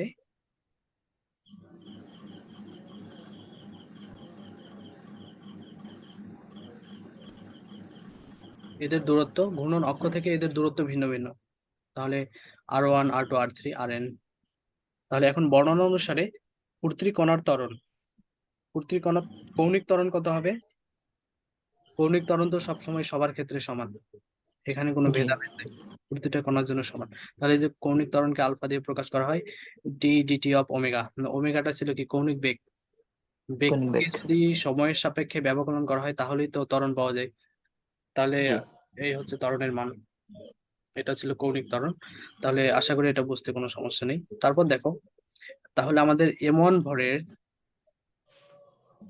বস্তু যেটা আমাদের, তাহলে m1 ভরের বস্তু কণাটির রৈখিক ত্বরণ কত হবে? রৈখিক ত্বরণ কত হবে? আগেরটা আমরা বের করেছি তো কৌণিক ত্বরণ। তাহলে সেটার জি। সাথে যদি তার দূরত্বটা গুণ দেওয়া হয়, তার যে কৌণিক ত্বরণ ছিল, কৌণিক ত্বরণের সাথে যদি তার দূরত্বটা গুণ দেওয়া হয় কেন্দ্র থেকে, তাহলে কিন্তু সেটা জি। রৈখিক ত্বরণে পরিণত হয়। ত্বরণ। বেগের ক্ষেত্রেও তাই, কৌণিক বেগকে যদি তার কেন্দ্র থেকে তার দূরত্ব দিয়ে গুণ দেওয়া হয় তাহলে কৌণিক বেগটা রৈখিক বেগ হয়ে যায়। ঠিক একই ভাবে রৈখিক বেগ। আর আমরা যে একটু আগে বলতেছিলাম ভ্রামক, ভ্রামক হচ্ছে আসলে কোনো কৌণিক একটা জিনিসের সাথে যখন তার দূরত্ব গুণ দেওয়া হয়, তাহলে এই ধরনের রাশিকে আমরা কিন্তু ভ্রামক বলি। ব্যাসার্ধ না ভাইয়া? হ্যাঁ, ব্যাসার্ধ। ব্যাসার্ধ বলতে কেন্দ্র থেকে তার দূরত্ব যতটুকু, এই দূরত্বটাকে গুণ ঘূর্ণন দিলে অক্ষ থেকে। ঘূর্ণন অক্ষ থেকে, সেটা তখন ভ্রামক। এটাকে, এ ধরনের রাশিকে আমরা ভ্রামক বলে থাকি। তাহলে দেখো ওই কণার উপর প্রযুক্ত বল, বল কত হবে? ভর গুণন ত্বরণ F=ma। তাহলে প্রথম যে বস্তু, প্রথম বস্তু বলতে একটা বড় বস্তু ছিল, সেটার যে প্রথম কণা সেটাকে আমরা, সেটার ভর আমরা m1 ধরেছিলাম। তাহলে m1 এর ত্বরণ কতটুকু হবে? ভর F=ma, ভর গুণন ত্বরণ। এটা হচ্ছে m1, তার ত্বরণ। ভর ছিল m1, আর এটা তো a1 এর মান, এই মানটা। জি। তাহলে এটা F=ma এর সূত্র থেকে এটা কিন্তু আসছে। তারপর দেখো, ঘূর্ণাক্ষের সাপেক্ষে কণাটির ওপর ক্রিয়ারত বলের ভ্রামক। তাহলে এইটা ছিল তার উপর ক্রিয়ারত বল, এটা ছিল তার উপর ক্রিয়ারত বল। এখন আমরা বলের ভ্রামক বের করব। শুধু এই এই জিনিসটা ছিল আমাদের ক্রিয়ারত বল, এই যে m1 আর এই যে এটা। শুধু এখানে r1টা আবার যোগ দেওয়া হলো, কারণ ভ্রামক বের করতেছি। ভ্রামক বের করার সময় শুধুমাত্র দূরত্ব দিয়ে গুণ দিতে হয়। তাহলে এইটা ছিল বল, বলের মধ্যে একটা r1 আগে থেকেই ছিল। আমরা যখন ভ্রামক বের করলাম তখন আরেকটা r1 চলে আসলো, কারণ আমরা তো এই পুরো জিনিসটারই ভ্রামক বের করতেছি। এই পুরো জিনিসটার ভ্রামক বের করতে গেলে এই পুরো জিনিসটাকে দূরত্ব দিয়ে গুণ দিতে হবে। তাহলে ভ্রামক বের করার জন্য এখানে শুধু এতটুকু কাজই করা হয়েছে। এই যে মানটা ছিল সেই মানটাকে শুধুমাত্র r1 দিয়ে গুণ দেওয়া হয়েছে। তাহলে এইটাই কিন্তু ভ্রামক। এতটুকু কি বুঝতে পারছো? জি ভাইয়া। তাহলে আমরা এই যে এখানে একটা r1 ছিল, এখানে একটা r1 ছিল, আগে থেকে একটা r1 ছিল, পরে একটা r1 দিয়ে এটাকে গুণ করেছি, তাহলে কিন্তু r1 স্কয়ার হয়ে যাবে। এই যে r1 স্কয়ার, m1 আগে থেকে ছিল, আর d/dt অফ ওমেগা যেভাবে ছিল সেভাবেই আছে। আমরা শুধুমাত্র একটা কণার জন্য বের করলাম, পুরো একটা বস্তু, এই বস্তু কণার শুধুমাত্র একটা কণা m1 এর জন্য বের করেছি। তাহলে বাকিগুলোর জন্য আমরা কিন্তু অনুরূপ ভাবে এই জিনিসগুলো লিখতে পারবো একই ভাবে, শুধু এই যে 1 2 মানে এসব একটু চেঞ্জ করে দেবে। দেখো সেগুলোর মান একটু পরিবর্তন করে দেই। তাহলে অনুরূপ ভাবে লেখা যায় যে m2 m3 mn, m1 তো আমরা নির্ণয় করেছি।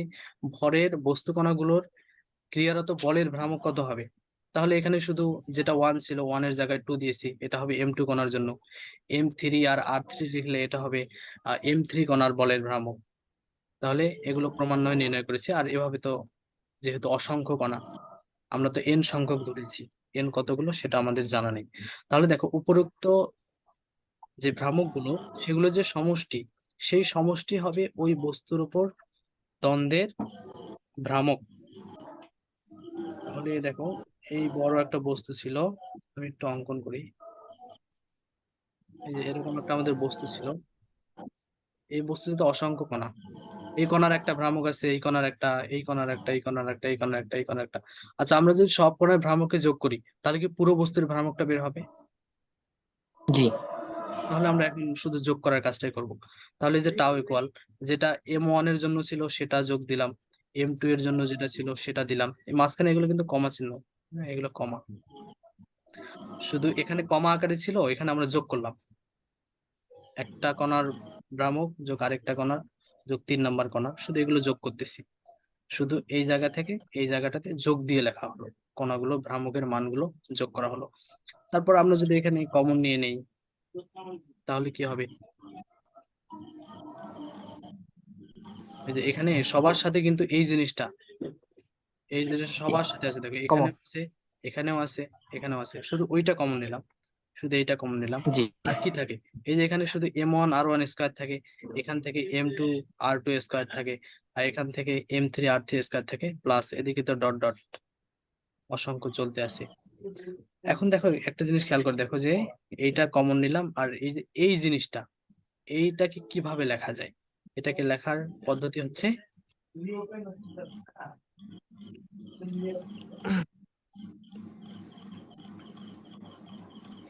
এটা কিন্তু আই এর মান, জড়তার ভ্রামক সমান I জড়তার M1 ভ্রামক। স্কয়ার। হ্যাঁ, আই আর স্কয়ার জড়তার ভ্রামক সমান, তাই না? তাহলে দেখো হুম। এইটা কিন্তু একটা জড়তার ভ্রামক, M1 কণার জন্য জড়তার ভ্রামক, এইটা হচ্ছে একটা জড়তার ভ্রামক, এইটা জড়তার ভ্রামক। শুধু এই পুরো জিনিসটাকে কিন্তু আসলে আমরা আই লিখতে পারি, টোটাল আই জড়তার ভ্রামক। এখানে শুধু এই সূত্রটা প্রয়োগ হয়েছে যে I equal to M R squared, হুম। এই অনুসারে এই পুরো টোটাল জিনিসটাকে আই লেখা যাবে। তাহলে কারণ ওইখানে তো খন্ড খন্ড আকারে লেখা হয়েছে। হ্যাঁ, এখানে খন্ড খন্ড লেখা, কিন্তু খন্ডগুলো তো আমরা যোগ করতেছি। যখন খন্ড খন্ডগুলো যোগ হয়ে যাবে তখন তো একটা টোটাল আই পাওয়া যাবে। তাহলে এখানে কিন্তু খন্ডগুলোতে যোগ করার ফলে এটা তো আর খন্ড নাই, এটা তো তখন পুরা আই পাওয়া গেছে। এইদিকে এটা ছিল খণ্ডিত অংশ, এটা হচ্ছে খণ্ডিত জড়তার ভ্রামক, এটা একটা খণ্ডিত, এটা একটা খণ্ডিত, আর এদেরকে সবাইকে একত্রিত করার পর একটা সম্পূর্ণ আই পাওয়া গেল। তাহলে এই জায়গাটার পরিবর্তে আমরা আই লিখে দিতে পারি, তাহলে তো প্রমাণিত হয়ে গেল। একটু পরের এই ফরমেশনটা শুধু সাজিয়ে লেখা হলো। তাহলে দেখো তো এখন কি বুঝতে সমস্যা আছে এই প্রশ্নটাতে কোথাও?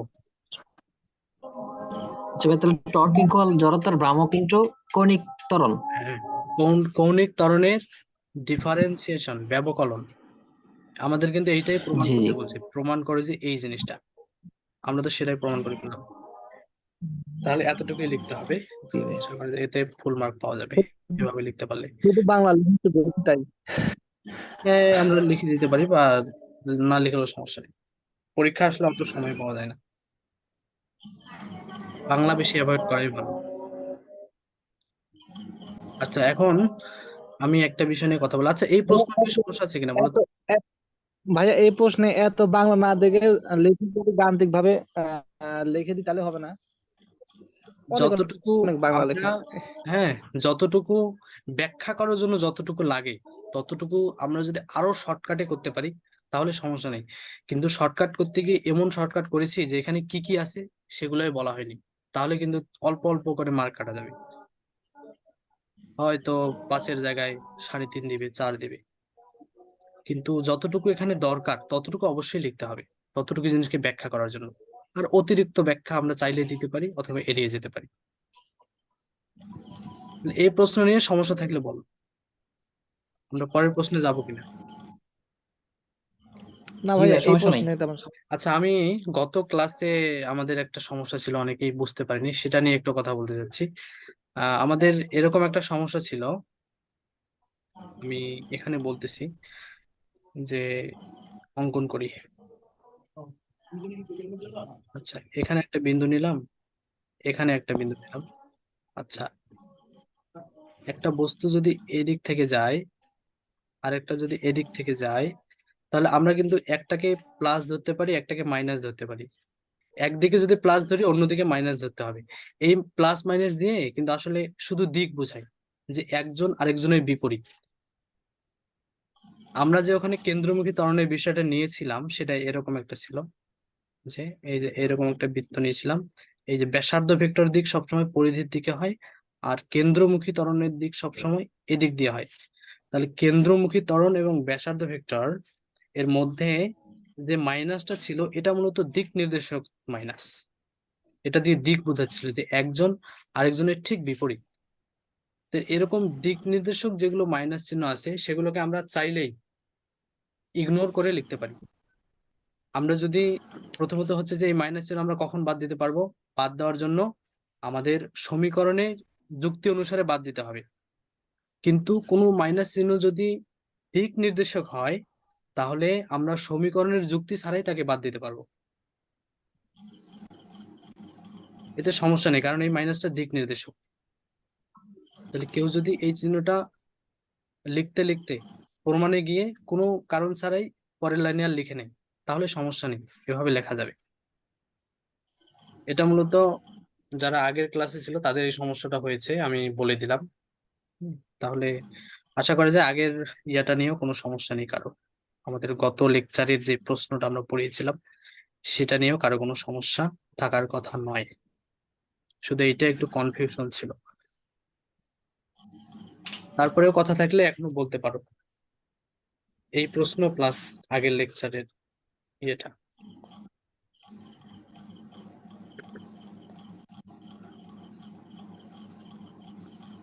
না থাকলে আমরা সামনের দিকে যাব। বলো, কেউ একজন বলো সমস্যা আছে কিনা। না ভাই, সমস্যা নাই। না ভাই সমস্যা নাই। আচ্ছা ঠিক জি আছে। না ভাইয়া। জি, শুনতে পাইনি। প্রশ্ন আছে না নাই এটা আমি বুঝতে পারিনি। ভাইয়া আচ্ছা কোনো ভাইয়া, প্রশ্ন নাই? ভাইয়া নেটওয়ার্কের ভ্রামকটা কি তাহলে? ভ্রামকের সংখ্যাটা কেমন হবে? ভ্রামক তো বললাম যে কোন একটা যে বস্তু জিনিসটা সে যখন কৌণিক বেগে ঘুরছে, কোনো কিছু যে কৌণিক বেগে পরিভ্রমণ করতেছে, আমরা যদি সেই জিনিসটাকে দূরত্ব দিয়ে গুণ দিই তাহলে এটা ভ্রামক হয়ে যাবে। দূরত্ব দিয়ে গুণ সমেত দূরত্ব সহকারে প্রকাশক যে রাশি সেটাই মূলত তার ভ্রামক। অর্থাৎ আর দিয়ে গুণ দিলেই, ব্যাসার্ধ দিয়ে গুণ দিলেই সেটা ভ্রামক হয়ে যায়। সেটা এখন বেগের ক্ষেত্রেও হতে পারে, ত্বরণের ক্ষেত্রেও হতে পারে, জড়তার ভ্রামক সেটাও হতে পারে। তাহলে দেখো আমরা পরের প্রশ্নে যাই। ভাই এইটা আমি ক্লাস করা খুব কঠিন। এই টাইমে আমার জন্য কঠিন, কিন্তু এই ক্লাস তো আমাদের পড়াশোনা একটু আগাচ্ছে কম, তো আরেকটা প্রশ্ন করাই। আর একই রকম প্রশ্ন খুব তাড়াতাড়ি হয়ে যাবে, নামাজের এখনো তো সময় আছে, এটা আমরা শেষ করে যেতে পারবো, সমস্যা নেই। একই রকম প্রশ্ন খুব তাড়াতাড়ি হবে। দ্বিতীয়ত হচ্ছে যে আমাদের হাতে নামাজের এখনো বেশ কিছু সময় বাকি, 30 মিনিটের চেয়েও বেশি আছে। তাহলে এইটা আমি দেখিয়েছি। এই হচ্ছে পরের প্রশ্ন।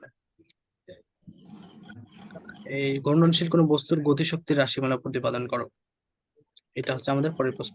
আচ্ছা, ধরা যাক এবি অক্ষের সাপেক্ষে এম ভরের একটা বস্তু ঘূর্ণায়মান রয়েছে, যার কণাসমূহের ভর যথাক্রমে m1 m2 m3 mn এবং এবি অক্ষ হতে এদের দূরত্ব যথাক্রমে r1 r2 rn ইত্যাদি। তাহলে এখন দেখো চিত্রটা একটু দেখাই। এই যে চিত্রটা এরকম ছিল আমাদের,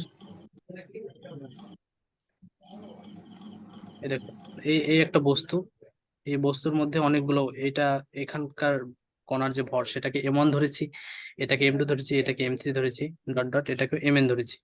আর এদের তো দূরত্ব ভিন্ন ভিন্ন। এই কণাগুলো তো আমরা সবসময় সমরৈখিক ভাবে ধরি নাই, এটা যেহেতু কণাগুলো সব এলোমেলো বিন্যস্ত, তাহলে একটা কণা এখানে থাকতে পারে, একটা কণা এখানে থাকতে পারে। তাহলে এইটা থেকে দূরত্ব একরকম, তার এই অক্ষের সাপেক্ষে এই বস্তুটা ঘুরতেছে। এই যে একটা অক্ষ দেখা যাচ্ছে, এই অক্ষের সাপেক্ষে এই বস্তুটা ঘুরতেছে। এইটা হচ্ছে আমাদের এবি অক্ষ, এ বি, এবি অক্ষ। তাহলে দেখো তো এইখানে যে কণাটা আছে সেটা অক্ষ থেকে একরকম দূরত্ব, আবার এই কর্নারে যেটা আছে সেটার দূরত্ব আরেক রকম। আমরা কিন্তু সেটাই বলেছি যে সেগুলোর ভর ভিন্ন ভিন্ন এবং দূরত্ব ভিন্ন ভিন্ন, সেটা আমরা বিবেচনা করি। তাহলে এই কণাগুলো এবি দূরত্ব থেকে সবাই সমান দূরত্বে অবস্থান না করায় এদের রৈখিক বেগ কখনোই সমান হবে না। আমি কিন্তু ওই যে একটু আগে লাঠির ব্যাপারটা বুঝলাম, সবার কিন্তু রৈখিক বেগ সমান ছিল না, যদি কৌণিক বেগ সবার সমান। তাহলে এই বস্তুটা যে ঘুরছে এটারে কিন্তু রৈখিক বেগ সবার সমান হবে না, কারণ দূরত্ব ভিন্ন ভিন্ন। আর আগের প্রশ্নে যে ব্যাখ্যা ছিল এই প্রশ্নের একই রকম ব্যাখ্যা। তাহলে এটা বুঝতে আশা করি কোনো সমস্যা নেই। আর তাহলে রৈখিক বেগের মান কত হবে? তাহলে ভি ইকুয়াল ওমেগা আর এর মান ভিন্ন ভিন্ন হবে, যেটা তার ছিল রৈখিক বেগ। রৈখিক বেগ সবার ভিন্ন ভিন্ন, এই অংশটাতে শুধুমাত্র এতটুকু কথা বলা হয়েছে যে সবার রৈখিক বেগটা দূরত্ব সমান না হওয়ার কারণে এই বস্তুর যত কণা সবার রৈখিক বেগ সমান হবে না। তো এই অংশে শুধু এতটুকুই আচ্ছা ভাই, বলা। জি ভাই, এবি অক্ষকে কেন্দ্র করে ঘুরছে। হ্যাঁ, এই যে এই এবি একটা অক্ষ আছে, বস্তুটা যদি এই পাশ দিয়ে এরকম এরকম করে ঘুরতেছে, এরকম এরকম করে, জি ভাই, এই অক্ষটা বুঝতে মাঝখানে পারছি। আছে। জি, তারপর দেখো আমরা তাহলে এখন এক কাজ করব, m1 ভরের রৈখিক বেগ তাহলে কত হবে? যেটা কৌণিক বেগ ছিল, কৌণিক বেগকে যখন আমরা দূরত্ব দিয়ে গুণ দেবো তাহলে সেটা রৈখিক হয়ে যাবে। তাহলে রৈখিক বেগ, জি। বেগ ছিল, আমরা শুধু তার দূরত্ব r1 দিয়ে গুণ দিয়েছি, তাহলে m2 ভরের জন্য কত হবে? সেটার জন্য শুধু r2 দিয়ে গুণ দেবো, কৌণিক বেগকে তার দূরত্ব দিয়ে গুণ দেবো। আর m3, যেটা m3 কণা ছিল, সেটার কৌণিক বেগ তো সবার সমান, সবার জন্য ওমেগা, সেটার দূরত্ব ছিল r3, শুধু দূরত্ব দিয়ে গুণ দিলাম, তাহলে আমাদের কাজ শেষ।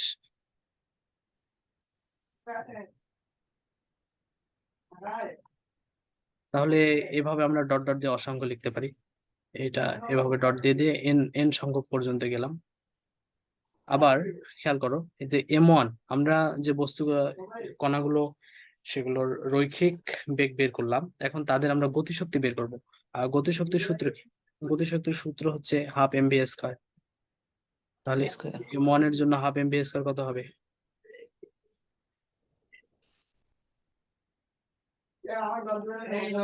আচ্ছা, আমাদের আর 10 মিনিট সময় আছে হাতে, এর মধ্যে ক্লাসটা কেটে যাবে। আমি একটু দেখাই এই বিষয়টা।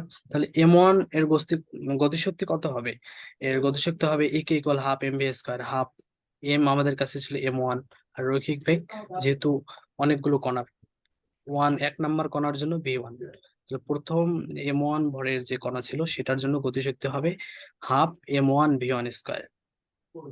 আবার এটা খেয়াল করো, যেটা এটা ছিল মূলত তার রৈখিক বেগ, আর এটা ছিল কৌণিক বেগ। আমরা এই যে ভি স্কয়ার এই জিনিসটা সমান সমান r1 ওমেগা 1 কিভাবে হয় একটু উপরে কিন্তু দেখে আসলাম। রৈখিক বেগ, এই রৈখিক বেগটা এটাকে কৌণিক বেগ করার জন্য শুধুমাত্র r দিয়ে গুণ দিয়েছিলাম, সেই মানগুলো শুধু বসাচ্ছি। v1 এর মান বসালাম এখানে, এখানে v2 এর মান এখানে বসানো হচ্ছে। তাহলে দ্বিতীয় নাম্বার যে কণা সেটার গতিশক্তি কত হবে? Half m v2 square. v2 এর মান একটু উপরে যে নির্ণয় করেছিলাম সেই মানটা এখানে বসাই দেবো। অনুরূপ ভাবে আমরা এখানে এটাকে n ধরতে পারি, তাহলে শুধু যেটা vn এর মান ছিল এখানে vn এর মানটা বসাই দেবো, তাহলে এটা আমাদের হয়ে গেছে।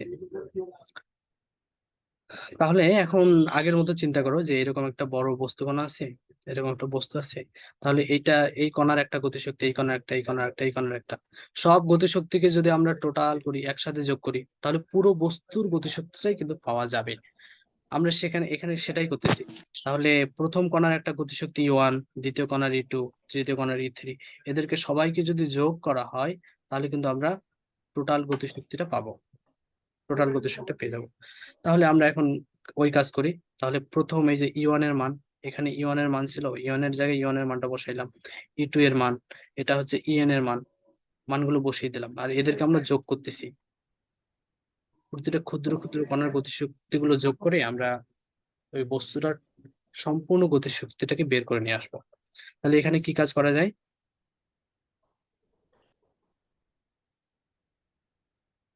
তাহলে এখানে দেখো হাফ কমন নেওয়া যায়, কিন্তু সবার কাছে হাফ আছে, সবার কাছে হাফ আছে, হাফ কমন নিলাম, তাহলে m1 r1 square, m2 r2 square, তারপরে mn rn স্কয়ার, এনটা, আর সবার কাছে কিন্তু ওমেগা স্কয়ার আছে। দেখো এখানেও আছে, এখানেও আছে, এখানেও আছে, এই দিকটাতে ওমেগা স্কয়ার কমন নিয়েছি, তাহলে হাফটা এক পাশে কমন নিয়েছি আর ওমেগাটা এক পাশে নিয়েছি, আর বাদ বাকি যারা এখানে অবশিষ্ট ছিল তাদেরকে আমরা মাঝখানটাতে এভাবে লিখেছি।